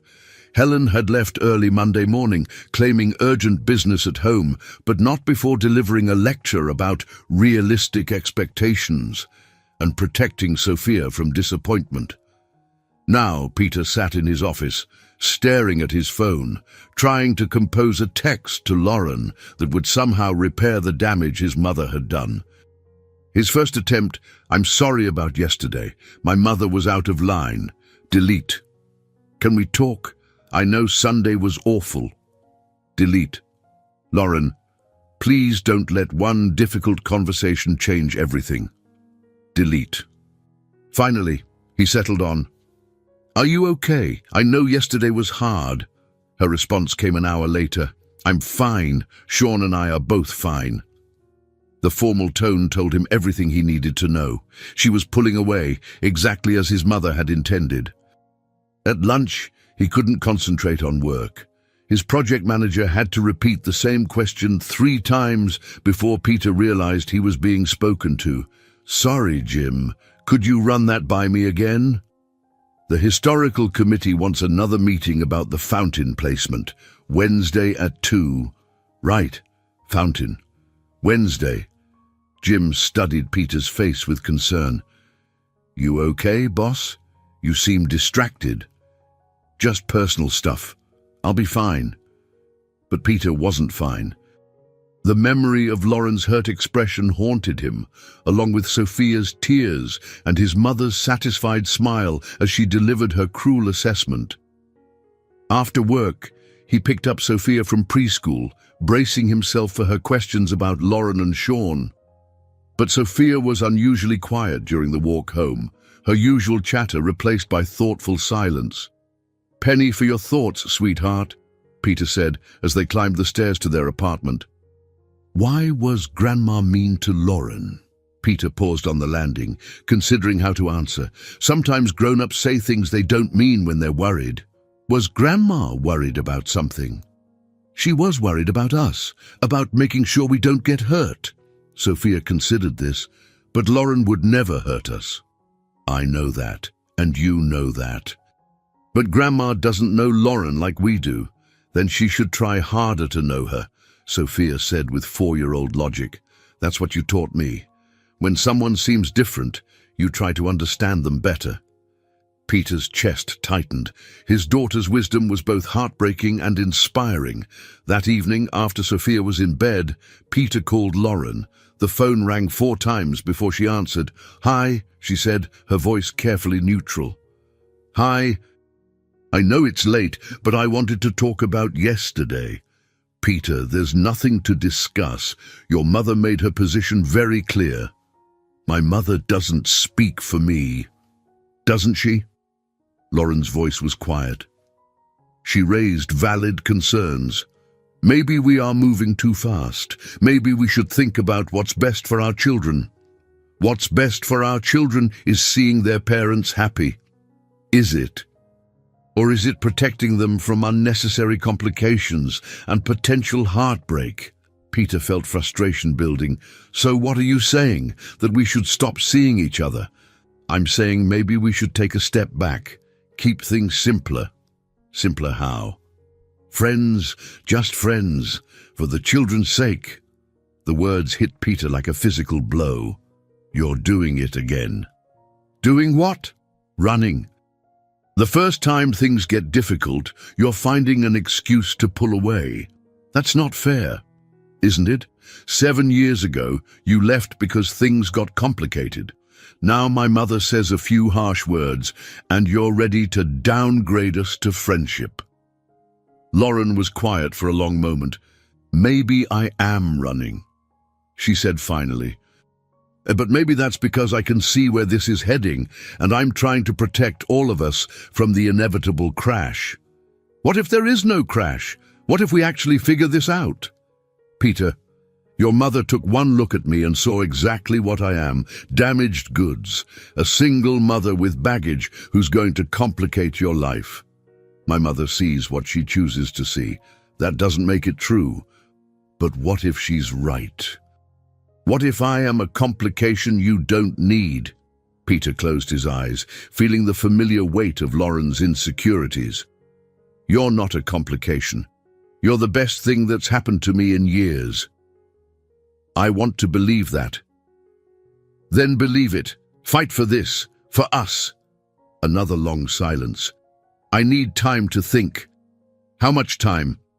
I don't know. But Peter, whatever happens, Sophia can still see Sean. This doesn't have to affect the children. After she hung up, Peter sat in his dark living room, staring at the photo of Sophia on the coffee table. In the picture, she was laughing, her face bright with joy, the same expression she wore whenever Lauren and Sean were around. His mother had succeeded in planting seeds of doubt, but at what cost? Sophia would be heartbroken if Lauren disappeared from their lives again, and Peter wasn't sure he could survive losing her twice. He picked up his phone and started typing, "I'm not giving up on us. Take all the time you need, but know that I'm not going anywhere." He stared at the message for a long time before hitting send. The response came immediately. "I know. That's what scares me." 3 weeks passed with no word from Lauren. Peter threw himself into work, staying late at the office and accepting weekend assignments that kept his mind occupied. But Sophia's questions were relentless. "Where are Lauren and Sean?" she asked every day. "Why can't we visit them?" "They're busy, sweetheart. Lauren has a lot of work at the hospital." "But Sean needs to see my new books. I got one about dragons that he'll love." Peter's heart ached every time Sophia mentioned them. She'd created elaborate explanations for their absence. Lauren was helping sick children. Sean was learning to walk and needed to practice. They were planning a surprise for Sophia's upcoming birthday. The truth was harder. Lauren was avoiding them. On Friday evening, Peter finally couldn't take it anymore. He bundled Sophia into the truck and drove to Lauren's apartment building. "Are we going to see Sean?" Sophia asked excitedly as they climbed the stairs. "I hope so, sweetheart." But when Peter knocked on Lauren's door, there was no answer. The apartment was dark, and according to a neighbor they passed in the hallway, Dr. Collins and her baby had been gone for several days. "Where did they go?" Sophia asked, her voice small and confused. "I don't know," Peter admitted, his stomach sinking. That night, he called the hospital. Lauren was scheduled for the weekend, but she'd called in sick. Her colleague couldn't provide any other information due to privacy policies. Peter spent Saturday morning calling everyone he could think of who might know where Lauren had gone. Finally, on a hunch, he called the daycare where Sean had been enrolled. "Oh yes, Dr. Collins picked Sean up on Wednesday," Mrs. Nguyen confirmed. "She said they were taking a family trip. Such a sweet baby. Is everything all right?" A family trip. The words hit Peter like a slap. Lauren had taken Sean and disappeared without a word, just like 7 years ago. Sophia sensed something was wrong. She was quieter than usual, playing with her toys but frequently looking toward the door as if expecting Lauren and Sean to appear. "Daddy," she said Saturday evening as Peter tucked her into bed. "Did I do something wrong? Is that why Lauren went away?" Peter's heart broke. "No, sweetheart, you didn't do anything wrong. Sometimes grown-ups have to make difficult decisions. But we're friends. Friends don't just leave without saying goodbye." Peter couldn't argue with her logic. Friends didn't disappear without explanation. But Lauren had never promised to be just a friend, and that was the problem. Sunday morning brought an unexpected visitor. Peter opened the door to find Emma, his sister, standing in the hallway with coffee and pastries. "And you look terrible," she said by way of greeting. "Good morning to you, too." Emma pushed past him into the apartment. "Mum called. She's worried about you." "Mum's worried that I'm not taking her advice." "Which was?" "To stay away from Lauren." Emma set the coffee on the kitchen counter and studied Peter's face. The same Lauren from 7 years ago. The same Lauren. "And you're surprised she disappeared again?" Peter felt his temper flare. "Not you too. I'm not saying Mom was right to be rude, but Peter, this woman has a pattern. She runs when things get complicated. She had valid reasons for leaving before. Did she? Or did she just convince you she did?" Her father was dying. "Emma, she moved home to take care of him." "Okay, that explains 7 years ago. What's her excuse now?" Peter slumped against the counter. "My mother scared her off. Made her feel unwelcome and judged. So she took her child and vanished without a word. That's your idea of mature communication." Peter wanted to defend Lauren, but the words wouldn't come. Emma was right. Disappearing was Lauren's pattern, and he'd been naive to think she'd changed. "Where's Sophia?" Emma asked, her voice gentler. "In her room. She's been asking about Lauren and Sean constantly. I don't know what to tell her."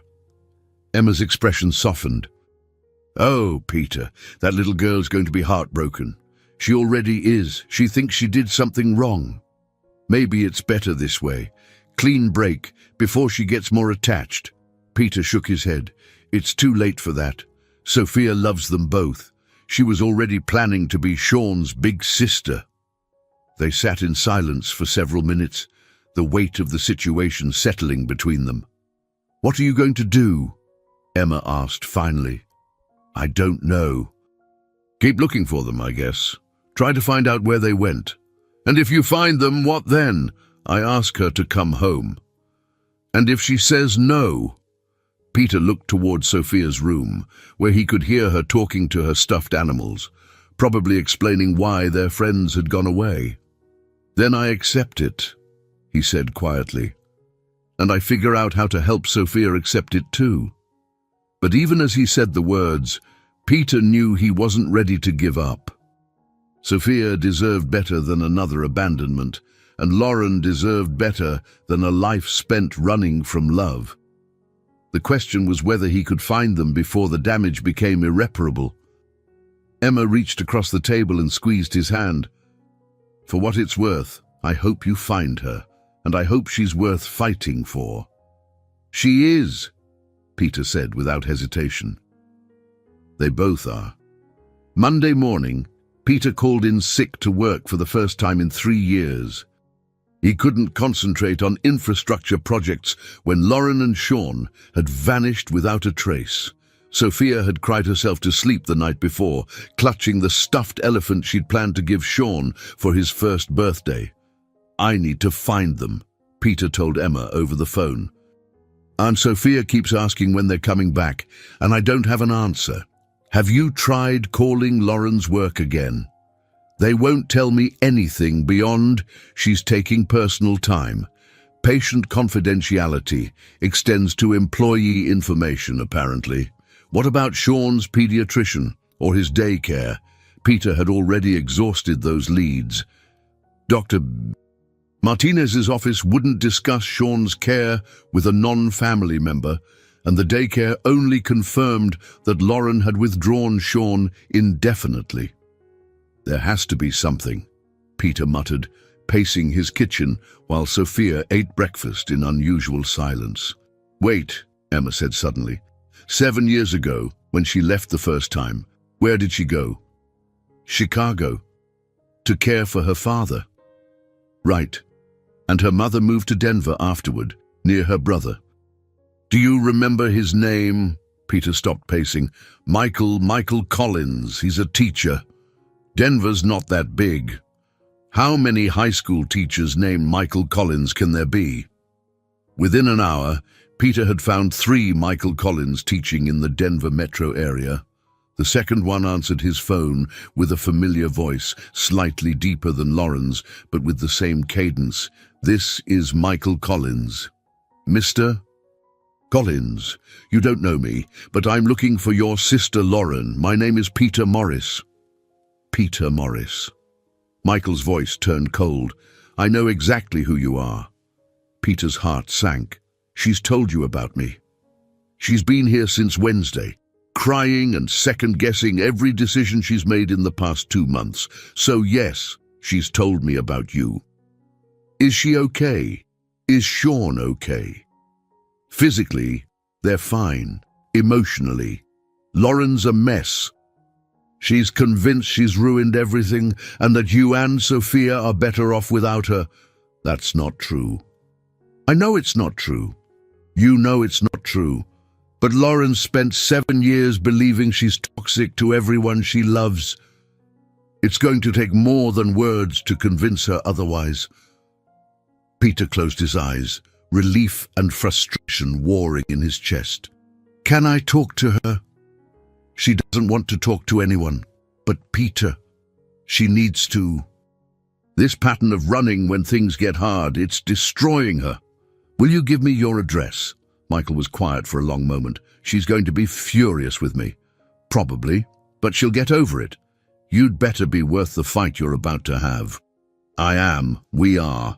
Michael gave him the address, then added, for what it's worth, I've never seen my sister as happy as she was when she talked about you and Sophia.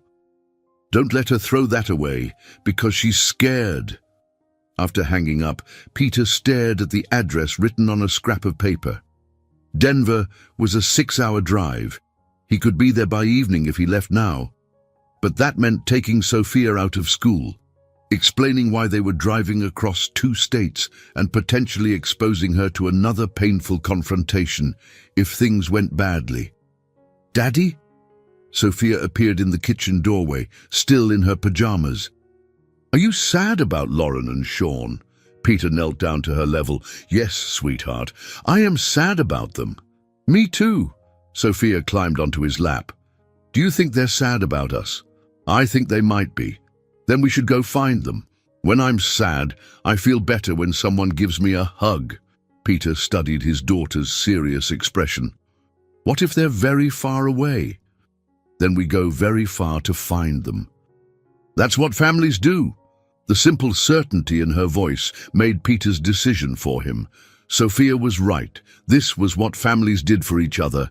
Go get dressed, Peter said. We're taking a trip to find Lauren and Sean. To find Lauren and Sean. Sophia's face lit up like Christmas morning. Should I pack Dragon? Sean might miss him. Definitely pack Dragon. While Sophia got ready, Peter called his supervisor and explained he needed emergency personal time. He packed a bag, loaded the truck with snacks and activities for the drive, and tried to prepare himself for what might be the most important conversation of his life. Ready, Daddy, Sophia announced, bouncing by the door with her backpack and Dragon clutched in her arms. Ready, sweetheart. As they pulled out of their driveway, Sophia began an excited monologue about all the things she wanted to show Sean and tell Lauren. Peter listened with half an ear, his mind focused on the road ahead and the woman waiting at the end of it. Lauren had run twice now, but this time Peter wasn't letting her go without a fight. Too much depended on it, Sophia's happiness, Sean's future, and the possibility of the family they all deserved. The drive to Denver stretched ahead of them, full of uncertainty and hope in equal measure. We're going to bring them home, aren't we, Daddy? Sophia asked as they merged onto the highway. That's the plan, sweetheart. That's definitely the plan. Michael Collins lived in a modest ranch house in a quiet Denver suburb. Peter parked outside at 6:30 in the evening, his heart hammering as he took in the warm light spilling from the windows. Somewhere inside was Lauren, probably unaware that he'd driven 6 hours to find her. "Is this where Lauren is?" Sophia asked, peering out the truck window. "This is where she's staying with her brother." "Uncle Michael, I can't wait to meet him." Peter's stomach churned. "Sophia, I need you to understand something. Lauren might not be happy to see us at first. She might be upset or scared." "Why would she be scared of us?" "Not scared of us exactly. Just scared of her feelings." Sophia considered this with 4-year-old seriousness. "Like when I don't want to go to the doctor because I'm scared it might hurt." "Exactly like that. But the doctor always makes me feel better afterward. Let's hope this works the same way." Peter gathered their bags and Sophia's hand, and they walked up the front path. Before he could ring the doorbell, the door opened to reveal a man who looked remarkably like Lauren. Same green eyes, same delicate features, but taller and broader. "You must be Peter," Michael said, extending his hand. "And this must be Sophia." "Uncle Michael," Sophia said immediately, as if she'd known him her whole life. "Is Sean here? I brought Dragon back for him." Michael's expression softened as he looked at Sophia. "Sean's here. And I bet he's missed Dragon very much." "Where's Lauren?" Peter asked. "In the backyard with Sean and my wife Jenny. She doesn't know you're here yet." Michael led them through the house, which was warm and comfortable, filled with the sounds of family life.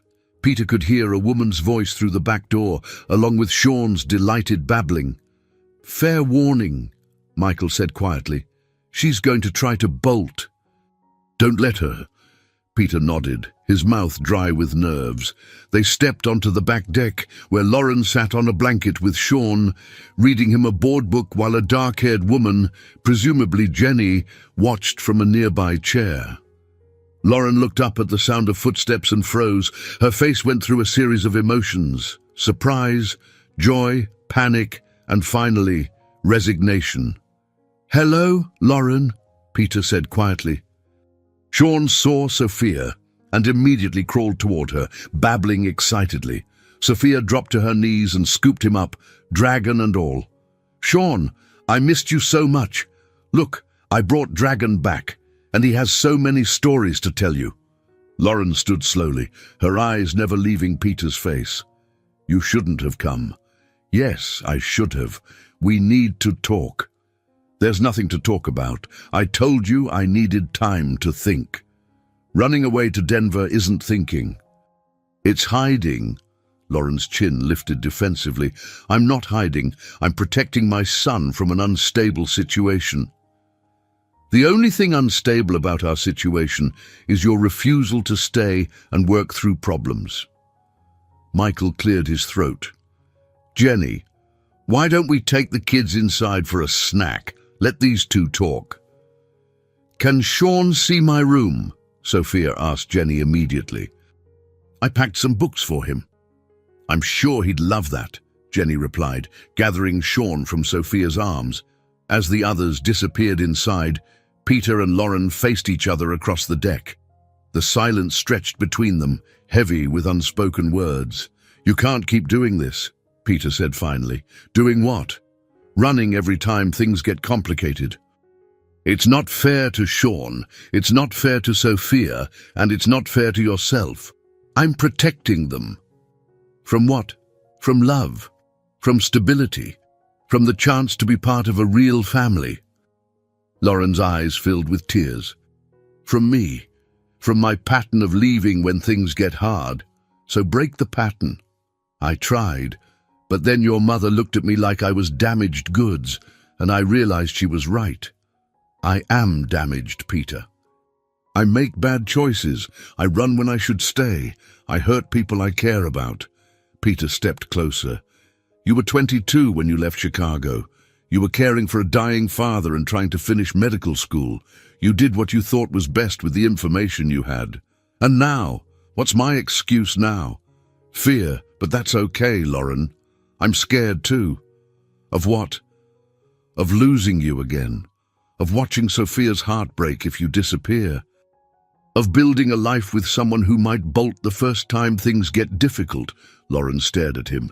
Then why are you here? Because I love you. Because Sophia loves you and Sean. Because what we have is worth fighting for, even if it's scary. I hurt you before. Yes, you did. And I've spent 7 years trying to understand why. Now I do. You were young and overwhelmed and dealing with an impossible situation. But Lauren, you're not that same person anymore. How can you be sure? Because you're here. Because when Sean got sick, you called me for help instead of handling it alone. Because you let Sophia into your heart even though you knew it would complicate everything. Lauren wiped her eyes with the back of her hand. I'm so tired of being scared. Then stop. Stay. Fight for this with me. Inside the house, they could hear Sophia's laughter mixed with Sean's delighted squeals. Through the window, Peter could see them playing with blocks, while Michael and Jenny watched with obvious affection. They need each other, Lauren said quietly, watching the children. They need us. All of us. Together. Lauren looked at Peter, hope and fear warring in her expression. What if I mess this up again? Then we figure it out together. But Lauren, you have to choose. Right now, are you going to keep running, or are you going to trust that what we have is worth the risk? The moment stretched between them, full of possibility and promise. Peter held his breath, waiting for her answer. Lauren stared at Peter for a long moment, her internal struggle visible on her face. Inside the house, Sophia's laughter rang out, followed by Sean's delighted giggling. The sound seemed to anchor something in Lauren's expression. I'm terrified, she whispered. I know. What if your mother was right? What if I'm not good for you and Sophia? Peter stepped closer, close enough to touch her face gently. My mother sees what she wants to see, but I see who you really are, Lauren. You're kind, brilliant, devoted to your son, and perfect with Sophia. You're exactly what we need. I don't want to hurt anyone again. Then don't leave. Stay and work through whatever comes up. Fight with me instead of running from me. Lauren closed her eyes, leaning into his touch. It's not that simple. Yes, it is. Love isn't complicated, Lauren. Fear makes it complicated. From inside came the sound of Sophia explaining something to Sean in her patient, teacher-like voice. Lauren opened her eyes and looked toward the window. She's so good with him, Lauren said softly. She loves him. She loves you. I love her too, so much it scares me. Good. Being scared means it matters. Lauren turned back to Peter, and he saw something shift in her expression. A wall coming down, a decision being made. I've been thinking about that day on the train, she said quietly. When I gave you my seat, when you saved me. I was at my breaking point that day. New job stress, Sean teething, exhaustion from trying to do everything alone. And then this kind stranger offered help without expecting anything in return. I would have done it for anyone. I know. That's what made it so perfect. You didn't know who I was or what I meant to you. You just saw someone who needed help. Peter felt his heart tighten. And I realized later that I'd been waiting my whole life for someone to see me that clearly, not as Lauren who left, or Lauren with baggage, or Lauren who makes bad choices, just as someone worth helping. You are worth helping. You're worth loving. Your mother doesn't think so. My mother doesn't get a vote in my life, or Sophia's life, or our future. Lauren's eyes filled with tears again, but this time they looked different, hopeful rather than despairing. Peter, if we do this, if we really try, I need you to promise me something. Anything. If I get scared again, if I start to pull away, don't let me. Fight for us, even if I tell you not to. Peter pulled her into his arms, relief flooding through him. I promise. No more running for either of us. No more running, Lauren agreed, and then she was kissing him, 7 years of separation and fear melting away in the connection between them. When they broke apart, Sophia's face was pressed against the window, her expression delighted. Are you kissing Lauren, Daddy? She called through the glass. Yes, I am, Peter called back, not taking his eyes off Lauren's face. Good. Sean needs his mommy and daddy to love each other. Lauren laughed through her tears. I think we just got official approval from our harshest critic. Michael opened the back door, carrying Sean, with Sophia right behind him. Everything okay out here? Everything's perfect, Lauren said, taking Sean from her brother's arms. We're going home. All of us, Sophia asked hopefully. All of us, Peter confirmed. Sophia launched herself at Lauren, wrapping her arms around her waist. I knew you'd come back. I told Sean you were just scared, but that Daddy would help you be brave. You were right, Lauren said, kneeling down to Sophia's level. I was scared, but I'm ready to be brave now. Because we're a family.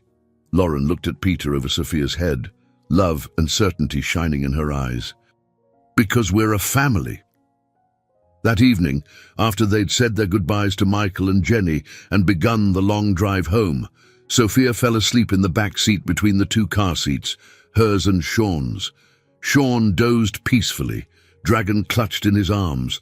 Thank you, Lauren said quietly, reaching across the console to take Peter's hand. For what? For not giving up on us, for driving 6 hours to bring me home, for seeing past my fear to what we could be. You would have done the same for me. Would I? 7 years ago I wouldn't have. But now, she squeezed his hand, now I would fight for you, for us, for this family we're building. Peter brought her hand to his lips and kissed it gently. I love you, Lauren Collins. I love you too, Peter Morris, all of you. Forever, this time. As they drove through the night toward home, Peter felt a peace he hadn't known in years. They still had details to work out, living arrangements, custody schedules, explaining their relationship to Sophia's school and Sean's daycare. But the hard part was over. They'd chosen each other, chosen love over fear, chosen to build something beautiful together. The rest was just logistics.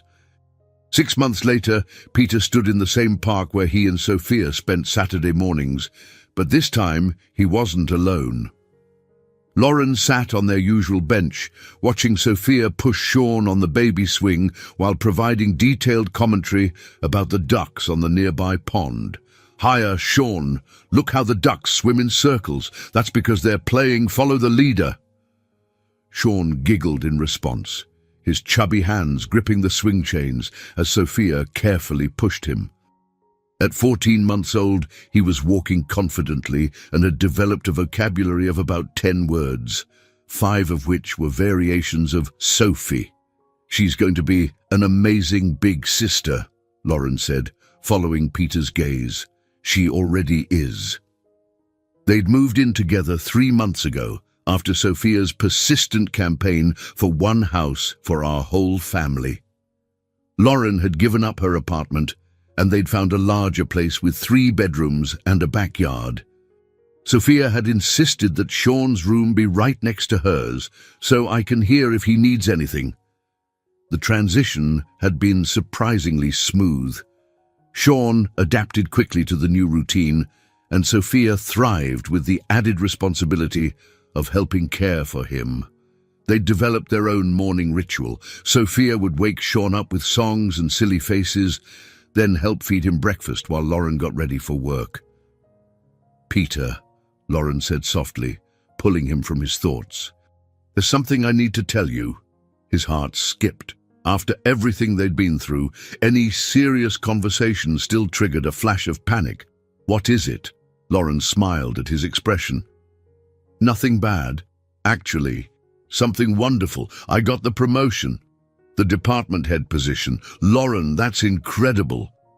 It means more regular hours, less night shifts, weekends off. I'll actually be able to have a normal schedule with the kids." Peter pulled her into his arms, spinning her around as she laughed. "I'm so proud of you." "It also means," she said when he set her down, "that I'll be in a much better position to consider other big life changes." Before Peter could ask what she meant, Sophia came running over with Sean toddling behind her, his face smeared with the crackers she'd been sharing. "Daddy, Lauren," Sean said. "Duck." He said it perfectly. "I heard," Lauren said, kneeling down to wipe Sean's face. "He's getting so good with his words." "Can we go see the ducks up close?" Sophia asked. "I want to show Sean how they dive for food." They spent the next hour at the duck pond, Sophia playing patient teacher while Sean tried to mimic the sounds the ducks made. Other families smiled at them as they passed, a picture of domestic happiness that Peter still couldn't quite believe was real. "Ice cream," Sophia suggested as they prepared to leave the park. "It's almost lunchtime," Lauren said, "but it's Saturday, and Sean's never had ice cream before." Peter and Lauren exchanged a look. Sean probably shouldn't have ice cream yet, but Sophia's argument was compelling. "Just a small taste," Lauren agreed. They walked to the nearby ice cream shop, Sean riding on Peter's shoulders while Sophia skipped ahead, already planning which flavor Sean should try first. Inside the shop, while Sophia helped Lauren choose between vanilla and strawberry for Sean's first ice cream experience, Peter felt a moment of perfect clarity. This was what happiness looked like. Ordinary moments made extraordinary by love. "Daddy," Sophia said, tugging on his sleeve, "are you and Lauren going to get married?" The question came out of nowhere, spoken loudly enough that other customers turned to look. Peter felt his cheeks warm. "Miss Sophia, that's a very personal question," Lauren said gently. "But are you?" Sophia persisted. "Because Sean needs a daddy, and I need a mommy, and you love each other, so it makes sense." Peter looked at Lauren, who was blushing but smiling. "Well," he said carefully, "what would you think if we did get married?" "I would think it's about time," Sophia said matter-of-factly. "And I would want to wear a purple dress and carry flowers. And Sean could carry the rings, except he might eat them. So maybe I should carry the rings and he could carry flowers." Lauren burst out laughing. "You've really thought this through." "I've been planning it since the duck pond," Sophia said seriously. "Also, I think we should have cake." "Definitely cake," Peter agreed, catching Lauren's eye. The conversation was hypothetical, but the longing in her expression was real. Later that evening, after the children were in bed, Peter sat on their couch with Lauren curled against his side. The day had been perfect. Simple, happy, filled with the kind of moments he'd dreamed about during the lonely years of single parenthood. "Sophia's right, you know," Lauren said quietly. "About what?" "About it being time." Peter's heart stopped.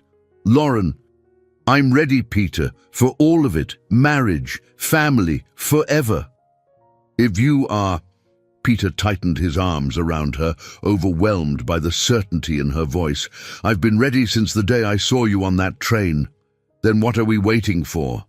"Nothing," Peter said, kissing the top of her head. "We're not waiting for anything anymore." 1 year later, Peter stood in the same park where he'd proposed to Lauren, adjusting his tie and watching guests arrive for their wedding ceremony. They'd chosen the spot by the duck pond, where Sophia and Sean had spent countless Saturday mornings learning about life and love through the simple act of feeding ducks together. "You clean up nice," Emma said, appearing beside him with Sophia in tow. Sophia looked radiant in her purple dress, a crown of small white flowers in her curls. She clutched a small basket of rose petals in one hand and Sean's hand in the other, determined to help him execute his role as ring-bearer. "Is Lauren here yet?" Sophia asked for the 10th time in as many minutes. "She'll be here soon, sweetheart."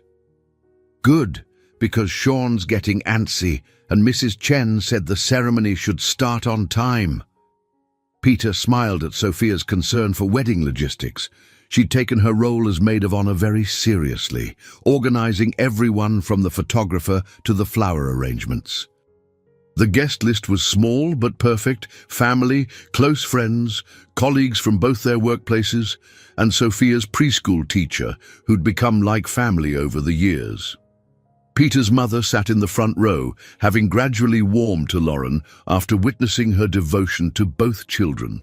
Helen would never admit she'd been wrong, but she'd started bringing gifts for Sean and asking Lauren's advice about medical questions. Michael and Jenny had flown in from Denver, along with Lauren's mother, who'd emerged from her shell of grief to become a doting grandmother to both children. She'd spent the morning helping Lauren get ready, tears in her eyes as she fastened the pearl necklace that had been her grandmother's. "Here she comes," Emma whispered. Peter turned toward the path and felt his breath catch. Lauren walked toward him in a simple ivory dress that caught the afternoon light. Her hair swept up to show the pearl earrings he'd given her for Christmas. But it was her expression that stopped his heart. Pure joy, certainty, love so radiant it seemed to light up the entire park.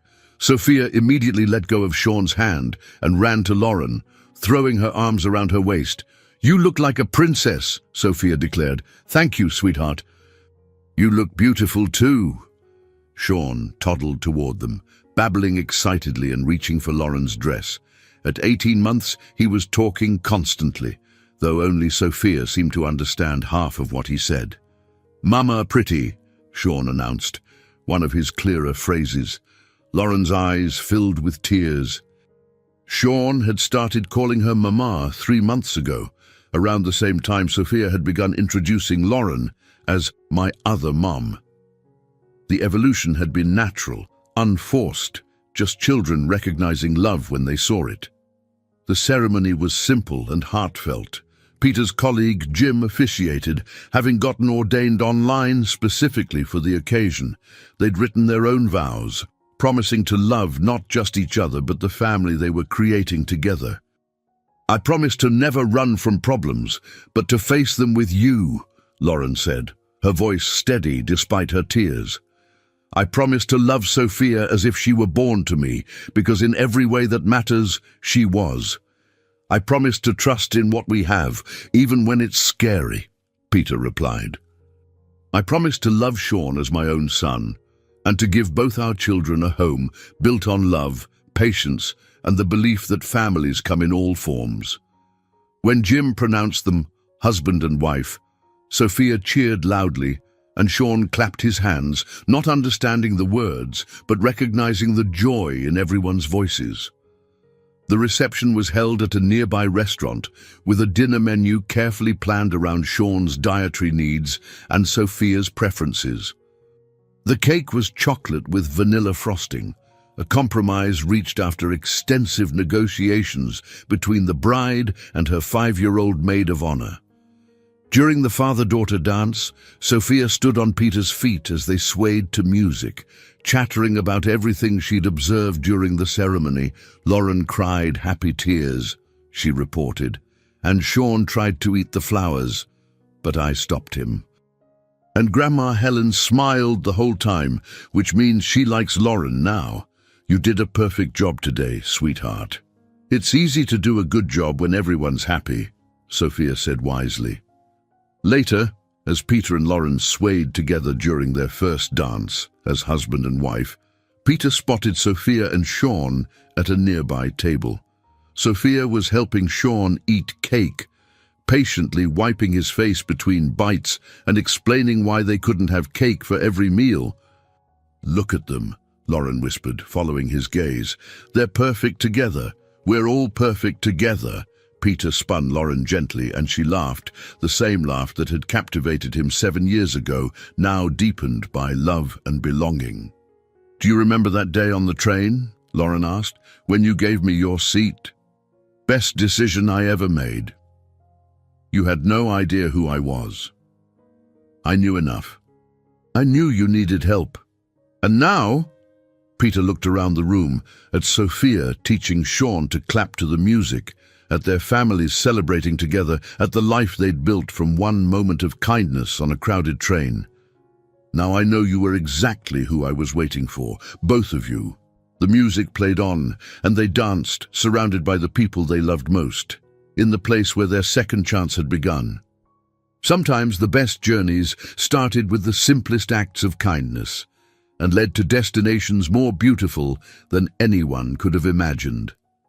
6 months after the wedding, Peter woke to the sound of Sophia singing in the kitchen. It was a Saturday morning, and their weekend routine had evolved into something beautifully chaotic. He could hear Lauren's laughter mixing with Sean's babbling, along with the familiar sounds of breakfast being prepared by a 5-year-old who insisted on helping with everything. "Daddy," Sophia called from downstairs. "Sean ate all the blueberries before I could put them in the pancakes." Peter smiled, pulling on his robe. At nearly 2 years old, Sean had developed quite an appetite and very strong opinions about his favorite foods. Blueberries topped the list, followed closely by cheese and anything Sophia was eating. He found the kitchen in its usual state of controlled disaster. Lauren stood at the stove, her hair pulled back in a messy bun, wearing one of his old college t-shirts over pajama pants. Sean sat in his high chair, his face and hands stained purple from blueberries, grinning proudly at his conquest. "Morning, beautiful," Peter said, kissing Lauren's cheek. "Morning. Your son has sticky fingers and no shame. My son. When he's being angelic, he's our son. When he's being a food thief, he's definitely yours." Sophia appeared with a dish towel, approaching Sean with the determination of a mother hen. "Sean, you're very messy. Hold still while I clean you up." Sean giggled and tried to grab Sophia's towel, turning the cleaning attempt into a game. Watching them together, Peter felt the familiar surge of gratitude that had become his constant companion. They were siblings in every way that mattered. Protective, playful, completely devoted to each other. "How did I get so lucky?" Peter murmured, wrapping his arms around Lauren from behind. "Clean living and good karma," she replied, leaning back against his chest. "Plus, you gave up your train seat to a crying stranger. Best decision I ever made." "Second best," Lauren corrected. "The best was driving to Denver to bring me home." They'd had this conversation before, a gentle debate about which moment had been the true turning point in their relationship. Peter maintained it was the train encounter, while Lauren insisted it was his refusal to let her run away again. "Our pancakes are ready," Sophia announced, carrying a plate that was only slightly larger than what she could safely handle. "I made them extra fluffy, just like Grandma Helen taught me." Peter's mother had become an unexpected source of culinary wisdom for Sophia, teaching her everything from pancake techniques to pie crust basics during her monthly visits. The relationship between Helen and Lauren had evolved slowly but steadily, helped along by Sophia's innocent observations about how much happier Daddy was now. Breakfast was a lively affair, with Sean attempting to feed himself while Sophia provided running commentary on proper fork usage and table manners. Lauren caught Peter's eye across the table and smiled, the same smile that had stopped his heart in the coffee shop months ago. "What's the plan for today?" Lauren asked, wiping Sean's face with practiced efficiency. "Park, obviously," Sophia said immediately. "Sean needs to see if the ducks remember him." "I don't think ducks have very good memories, sweetheart," Peter said gently. "These ducks do. They're special ducks. They know our family."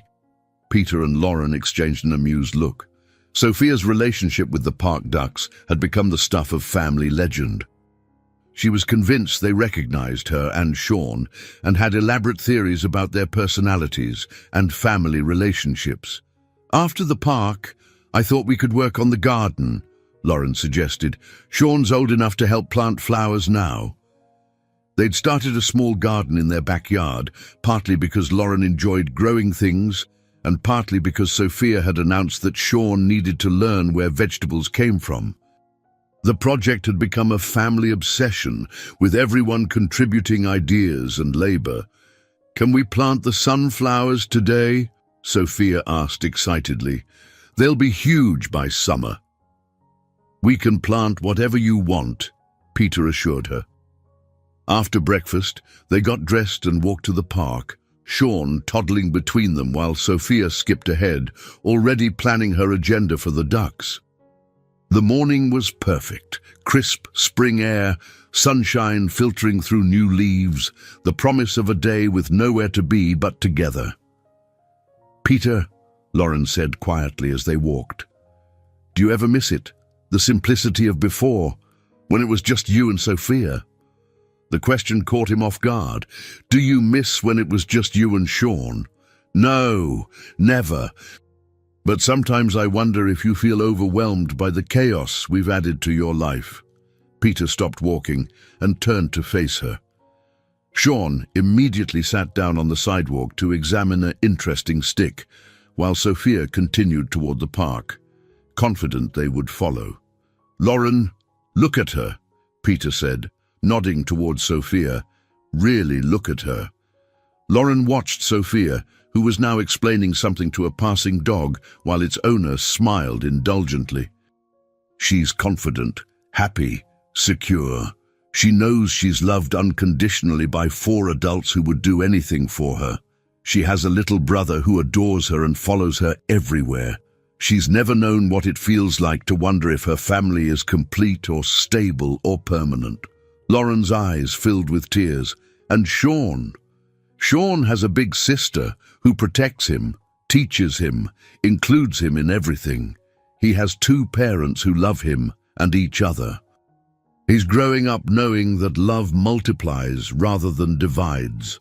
So no regrets. Only one," Peter said, taking her hand, "that it took us 7 years to figure this out." Sophia had reached the park entrance and was waving impatiently for them to catch up. Sean abandoned his stick and toddled toward her, determined not to be left behind. "Come on," Lauren said, tugging Peter forward. "Our children are waiting." As they walked toward their family, Peter felt that familiar sense of completeness. This was what happiness looked like. Not perfect moments, but perfectly ordinary ones made extraordinary by love. 3 months later, Peter received a phone call that changed everything. He was at work, reviewing blueprints for a new community center, when his phone rang with an unknown number. "Peter Morris, this is Janet Walsh from Riverside Elementary. I'm calling about Sophia." Peter's heart immediately jumped to worst-case scenarios. "Is she hurt? What happened?" "She's fine physically, but there was an incident at school today. Could you come in to discuss it?" "I'll be right there." Peter called Lauren as he drove to the school, his mind racing through possibilities. Sophia had been excited about starting kindergarten, but the transition hadn't been entirely smooth. She'd struggled with the more structured environment and missed the freedom of preschool. "What kind of incident?" Lauren asked, her voice tight with concern. "The principal wouldn't say over the phone. Can you meet me there?" "I'm covering for Dr. Martinez, but I can get away. I'll call Sean's daycare and have them keep him later." They arrived at the school within minutes of each other, both looking anxious. Mrs. Walsh, the principal, met them in her office along with Sophia's teacher, Miss Rodriguez. "Thank you both for coming," Mrs. Walsh began. "First, let me assure you that Sophia is not in serious trouble, but we need to discuss her behavior today." Peter felt Lauren tense beside him. "What did she do?" Miss Rodriguez spoke up. "There's a new student in our class, Marcus. He's been having a difficult adjustment. His parents recently divorced, and he's been acting out. Today, some of the other children were excluding him from a group activity, and Sophia," Peter prompted. Sophia took it upon herself to confront the children who were being unkind. She used some colourful language to express her displeasure. Peter blinked. Colourful language? She told Tyler and Hannah that they were being mean bullies and that she was going to kick their butts if they didn't include Marcus. Lauren covered her mouth, trying to hide a smile. Peter felt relief wash over him. This was hardly a serious behavioral issue. We don't tolerate threats of violence, Mrs. Walsh continued, even from 5-year-olds with good intentions. Of course, Peter said quickly. We'll talk to her about appropriate ways to handle conflict. There's more, Miss Rodriguez added. When I tried to discuss the situation with Sophia, she said, and I quote, "Sometimes you have to fight for people who can't fight for themselves. That's what families do." Peter and Lauren exchanged a look. Those were nearly the exact words Peter had used when explaining why he'd driven to Denver to bring Lauren home. "Oh, she's obviously learned some strong values about protecting others," Mrs. Walsh acknowledged. "But she needs to understand that there are appropriate ways to address unfairness." After they'd assured the school that they would handle the situation, Peter and Lauren collected Sophia from the after-school program. She sat quietly in the back seat during the drive home, clearly understanding that she was in trouble. "And Sophia," Peter said once they were all settled in the living room, "we need to talk about what happened at school today." Sophia's chin trembled slightly. Marcus was sad. The other kids were being mean to him. "That was wrong of them," Lauren agreed, "but threatening to hurt them wasn't the right response." "Then what was I supposed to do? Just let them be mean?" Peter knelt down to Sophia's level. "You could have asked Miss Rodriguez for help, or you could have simply included Marcus in your own activities. I did include him after I told Tyler and Hannah to stop being bullies." "Sophia, we're proud that you wanted to help Marcus," Lauren said gently, "but threatening other children isn't how we solve problems." "You fought for us," Sophia said, looking directly at Peter. "You told Lauren that sometimes you have to fight for people you love." Peter felt his heart clench. "That's different, sweetheart." "I fought with words. By talking and trying to understand, I didn't threaten to hurt anyone. But you said families protect each other." "Yes, but protection doesn't always mean fighting. Sometimes it means being kind, or including someone who's left out, or asking a grown-up for help when kids are being mean." Sophia considered this seriously. "So, I was right to help Marcus, but wrong about how I helped him." "Exactly," Lauren said. "Your heart was in the right place. We just need to work on better ways to express it." That evening, after Sophia had gone to bed with a plan to apologize to Tyler and Hannah and ask Miss Rodriguez for suggestions about helping new students, Peter and Lauren sat on their couch processing the day. "She's going to be a force to be reckoned with when she grows up," Lauren said. "She already is." "Did you see the look on the principal's face when she repeated Sophia's comment about families? I think we may have raised a tiny social justice warrior." Peter pulled Lauren closer. "There are worse things to be." "True, but maybe we should work on the diplomacy skills." "Definitely, though I have to admit I'm proud of her for standing up for the new kid." "Me too. Even if her methods need some refinement." From upstairs came the sound of Sophia's voice, soft and sweet, singing Sean to sleep through the baby monitor. They'd installed it in both children's rooms so Sophia could help comfort Sean when he had nightmares. "She's a good big sister," Lauren murmured. "She's a good person, period." "Think we're doing okay at this parenting thing?" Peter kissed the top of Lauren's head. "I think we're doing just fine." On a crisp October morning, Peter stood in his backyard watching Sean take his first real steps toward Sophia. At 18 months old, Sean had been walking for weeks, but this felt different, purposeful, determined, like he was making a conscious choice to run toward his big sister rather than simply moving from point A to point B. "Sophie! Sophie!" Sean called out, his chubby legs carrying him across the grass with surprising speed. Sophia squealed with delight, kneeling down to catch him as he toddled into her arms. "Sean, you ran to me. Did you see that, Daddy? He ran." "I saw it, sweetheart. Very impressive." Lauren appeared in the doorway with 2 cups of coffee, smiling at the scene before her. They'd developed a weekend morning routine of coffee in the garden while the children played. A peaceful start to days that would inevitably become beautifully chaotic. "What's all the excitement?" she asked, settling beside Peter on the bench they'd installed under the old oak tree. "Sean discovered he can run. Sophia's convinced it's a major developmental milestone that needs to be documented and celebrated." She's not wrong. Everything's a milestone when you're watching children grow. Peter accepted his coffee gratefully, inhaling the familiar scent that always reminded him of those early morning conversations when they were rediscovering each other. Lauren had switched to a vanilla blend that Sophia particularly enjoyed, one of the 1,000 small accommodations that had made their blended family work. "I got a call from Emma yesterday," Peter said. "She's pregnant." Lauren's face lit up. "That's wonderful. How's she feeling?" "Nervous, excited, asking for advice about everything from cribs to childcare. I told her to call you for the real expertise." "I'm hardly an expert.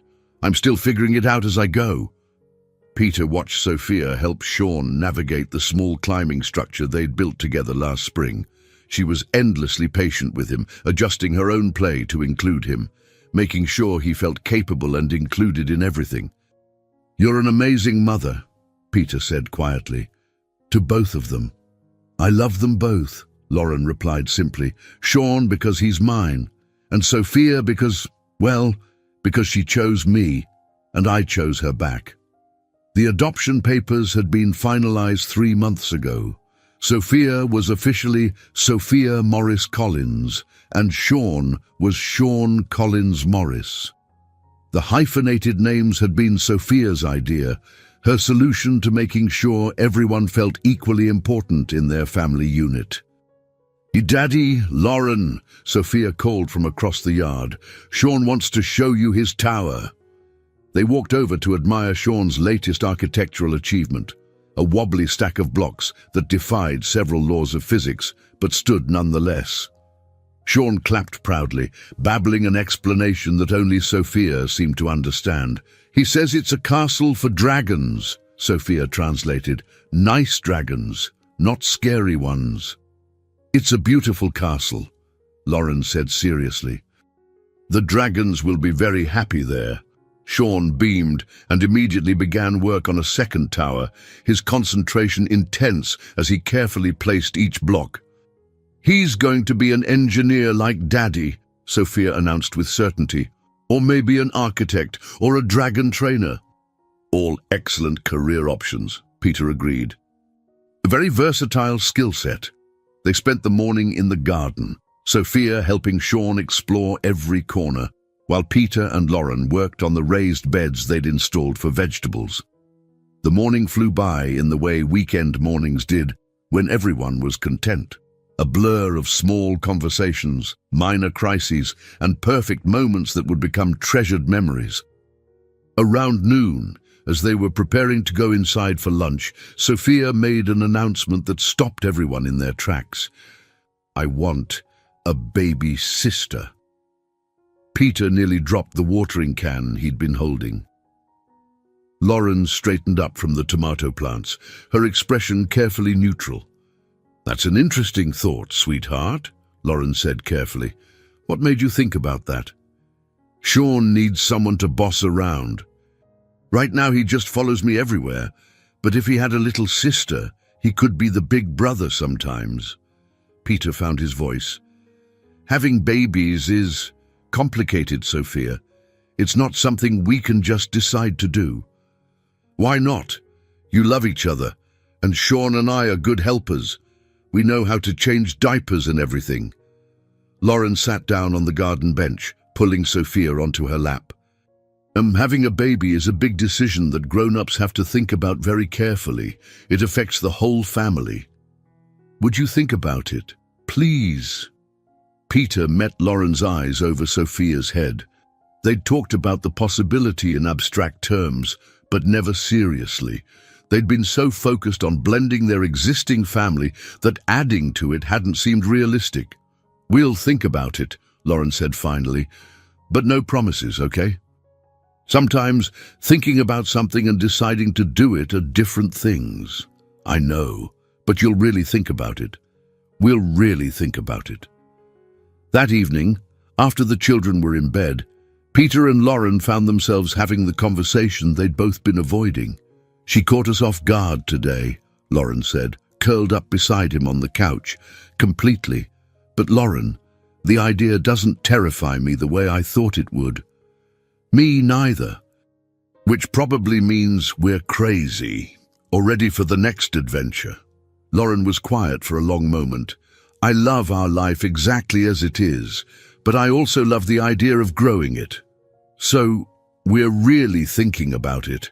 "We're really thinking about it." Peter pulled her closer, imagining their family expanded by one more, picturing Sophia and Sean as big siblings, wondering if they were brave enough to take the leap. "For the record," he said softly, "I think you'd be amazing at pregnancy number 2. And I think Sophia would be the best big sister in the world." "She already is." "Then I guess we're really doing this." "I guess we are." 2 months later, Lauren stood in her bathroom at 6 in the morning, staring at a pregnancy test with shaking hands. 2 pink lines stared back at her, clear and unmistakable. She was pregnant. The timing was perfect and terrible all at once. She and Peter had been talking seriously about having another baby, but they'd planned to wait until summer, after Sophia finished kindergarten and Sean was fully settled into his daycare routine. Life, apparently, had other plans. From downstairs came the familiar sounds of morning chaos, Peter making coffee, Sophia singing to Sean while she helped him eat breakfast, the general controlled disorder that had become their family symphony.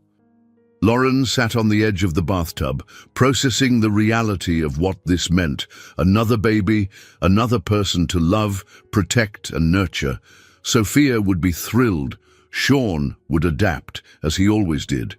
But Peter... They'd talked about it hypothetically, but this was real. This was happening, whether they felt ready or not. "Lauren!" Peter's voice came from the bedroom. "You okay in there?" "Fine," she called back, her voice only slightly strangled. "Just getting ready." She wrapped the test in tissue and slipped it into her pocket. This wasn't the kind of news to share while rushing to get everyone ready for work and school. This deserved a proper conversation, the right moment when they could process it together.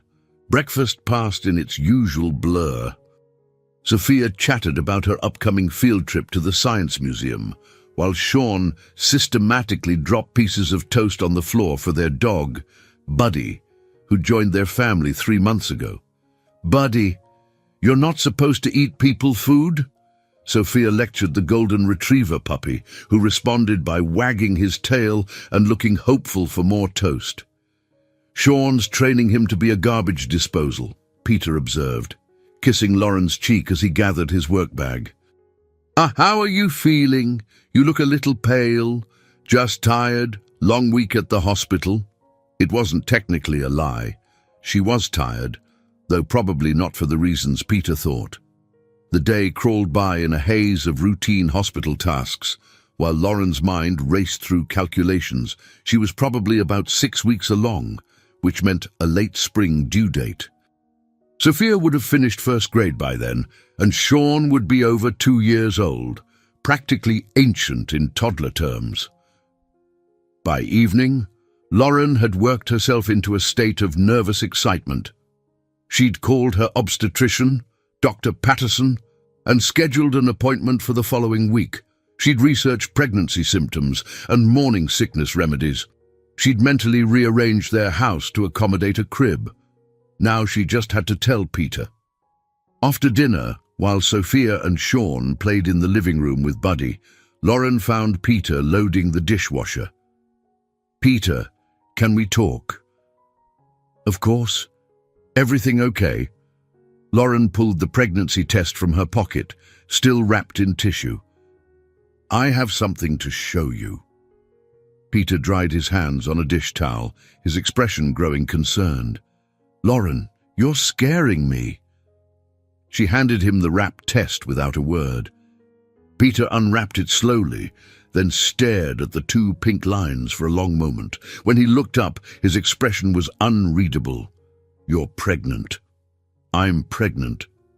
"How do you feel about it?" "Terrified, excited, overwhelmed, happy. How do you feel about it?" Peter set the test on the counter and pulled Lauren into his arms. "All of those things, but mostly happy. Really.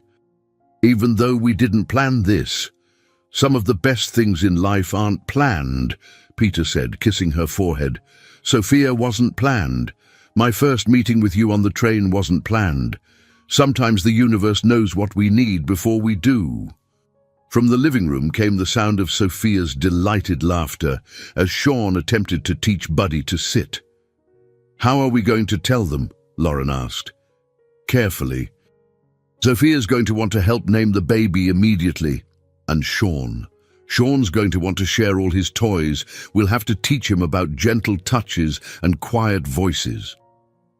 They stood together in their kitchen, processing the reality of expanding their family once again. Lauren felt the familiar flutter of anxiety that came with big life changes, but underneath it was a solid foundation of certainty. They could do this. They'd built something strong enough to weather whatever came next. "Sophia's going to be insufferable," Peter said with affection. "She's been campaigning for this for months. She's going to think she manifested it through positive thinking."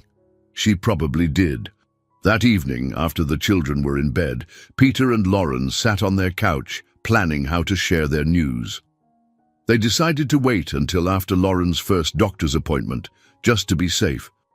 But as they talked about due dates and baby names and logistics, Lauren felt that familiar sense of rightness that had guided all their major decisions. This was right. This baby, this timing, this family they were building one unexpected moment at a time. "I love you," she said, settling against Peter's chest. "I love you too, all of you. Even the one we haven't met yet.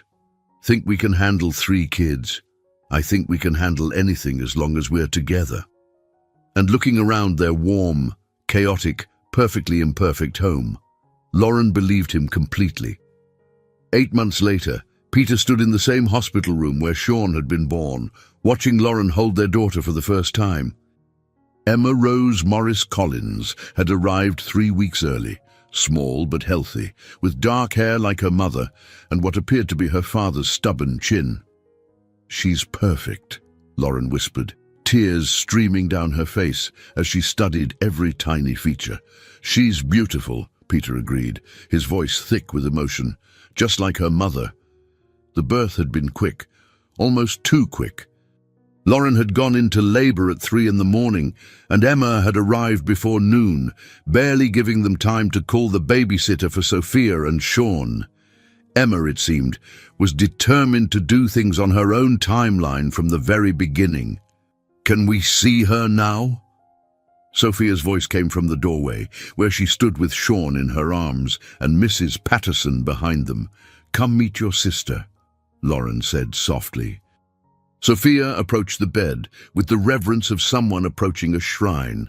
Sean, now almost 3, was wide-eyed and silent as he took in the sight of the tiny baby. "She's so little," Sophia whispered. "Is she okay?" "She's perfect," Peter assured her. "Just small because she decided to come early."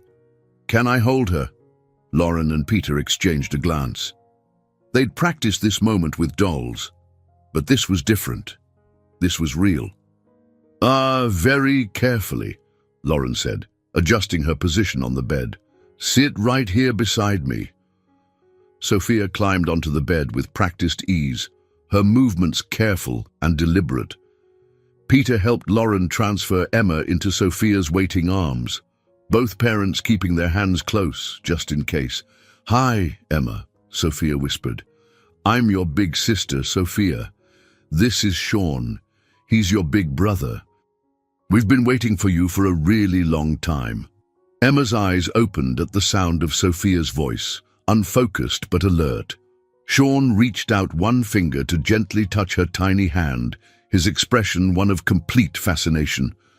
"Baby," Sean said quietly, one of his clearer words.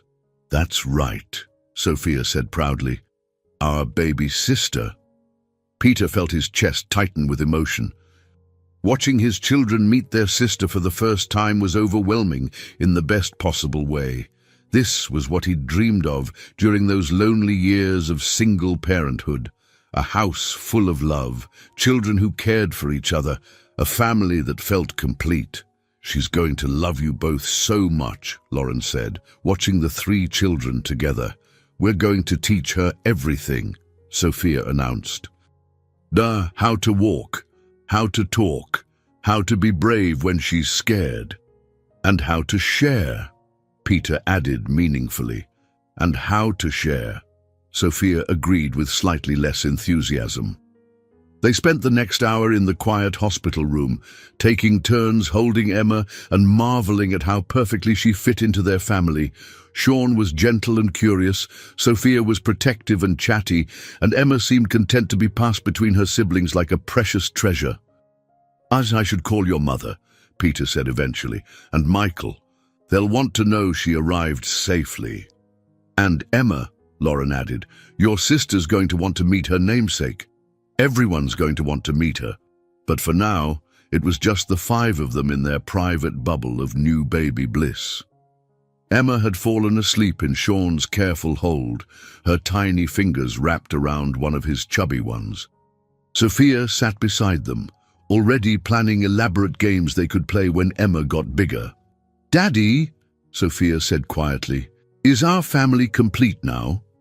Peter looked around the room, at Lauren, exhausted but radiant, at Sean, completely enamored with his baby sister, at Sophia, already protective and nurturing, at Emma, perfect and peaceful in her brother's arms. "Yes, sweetheart, our family is complete."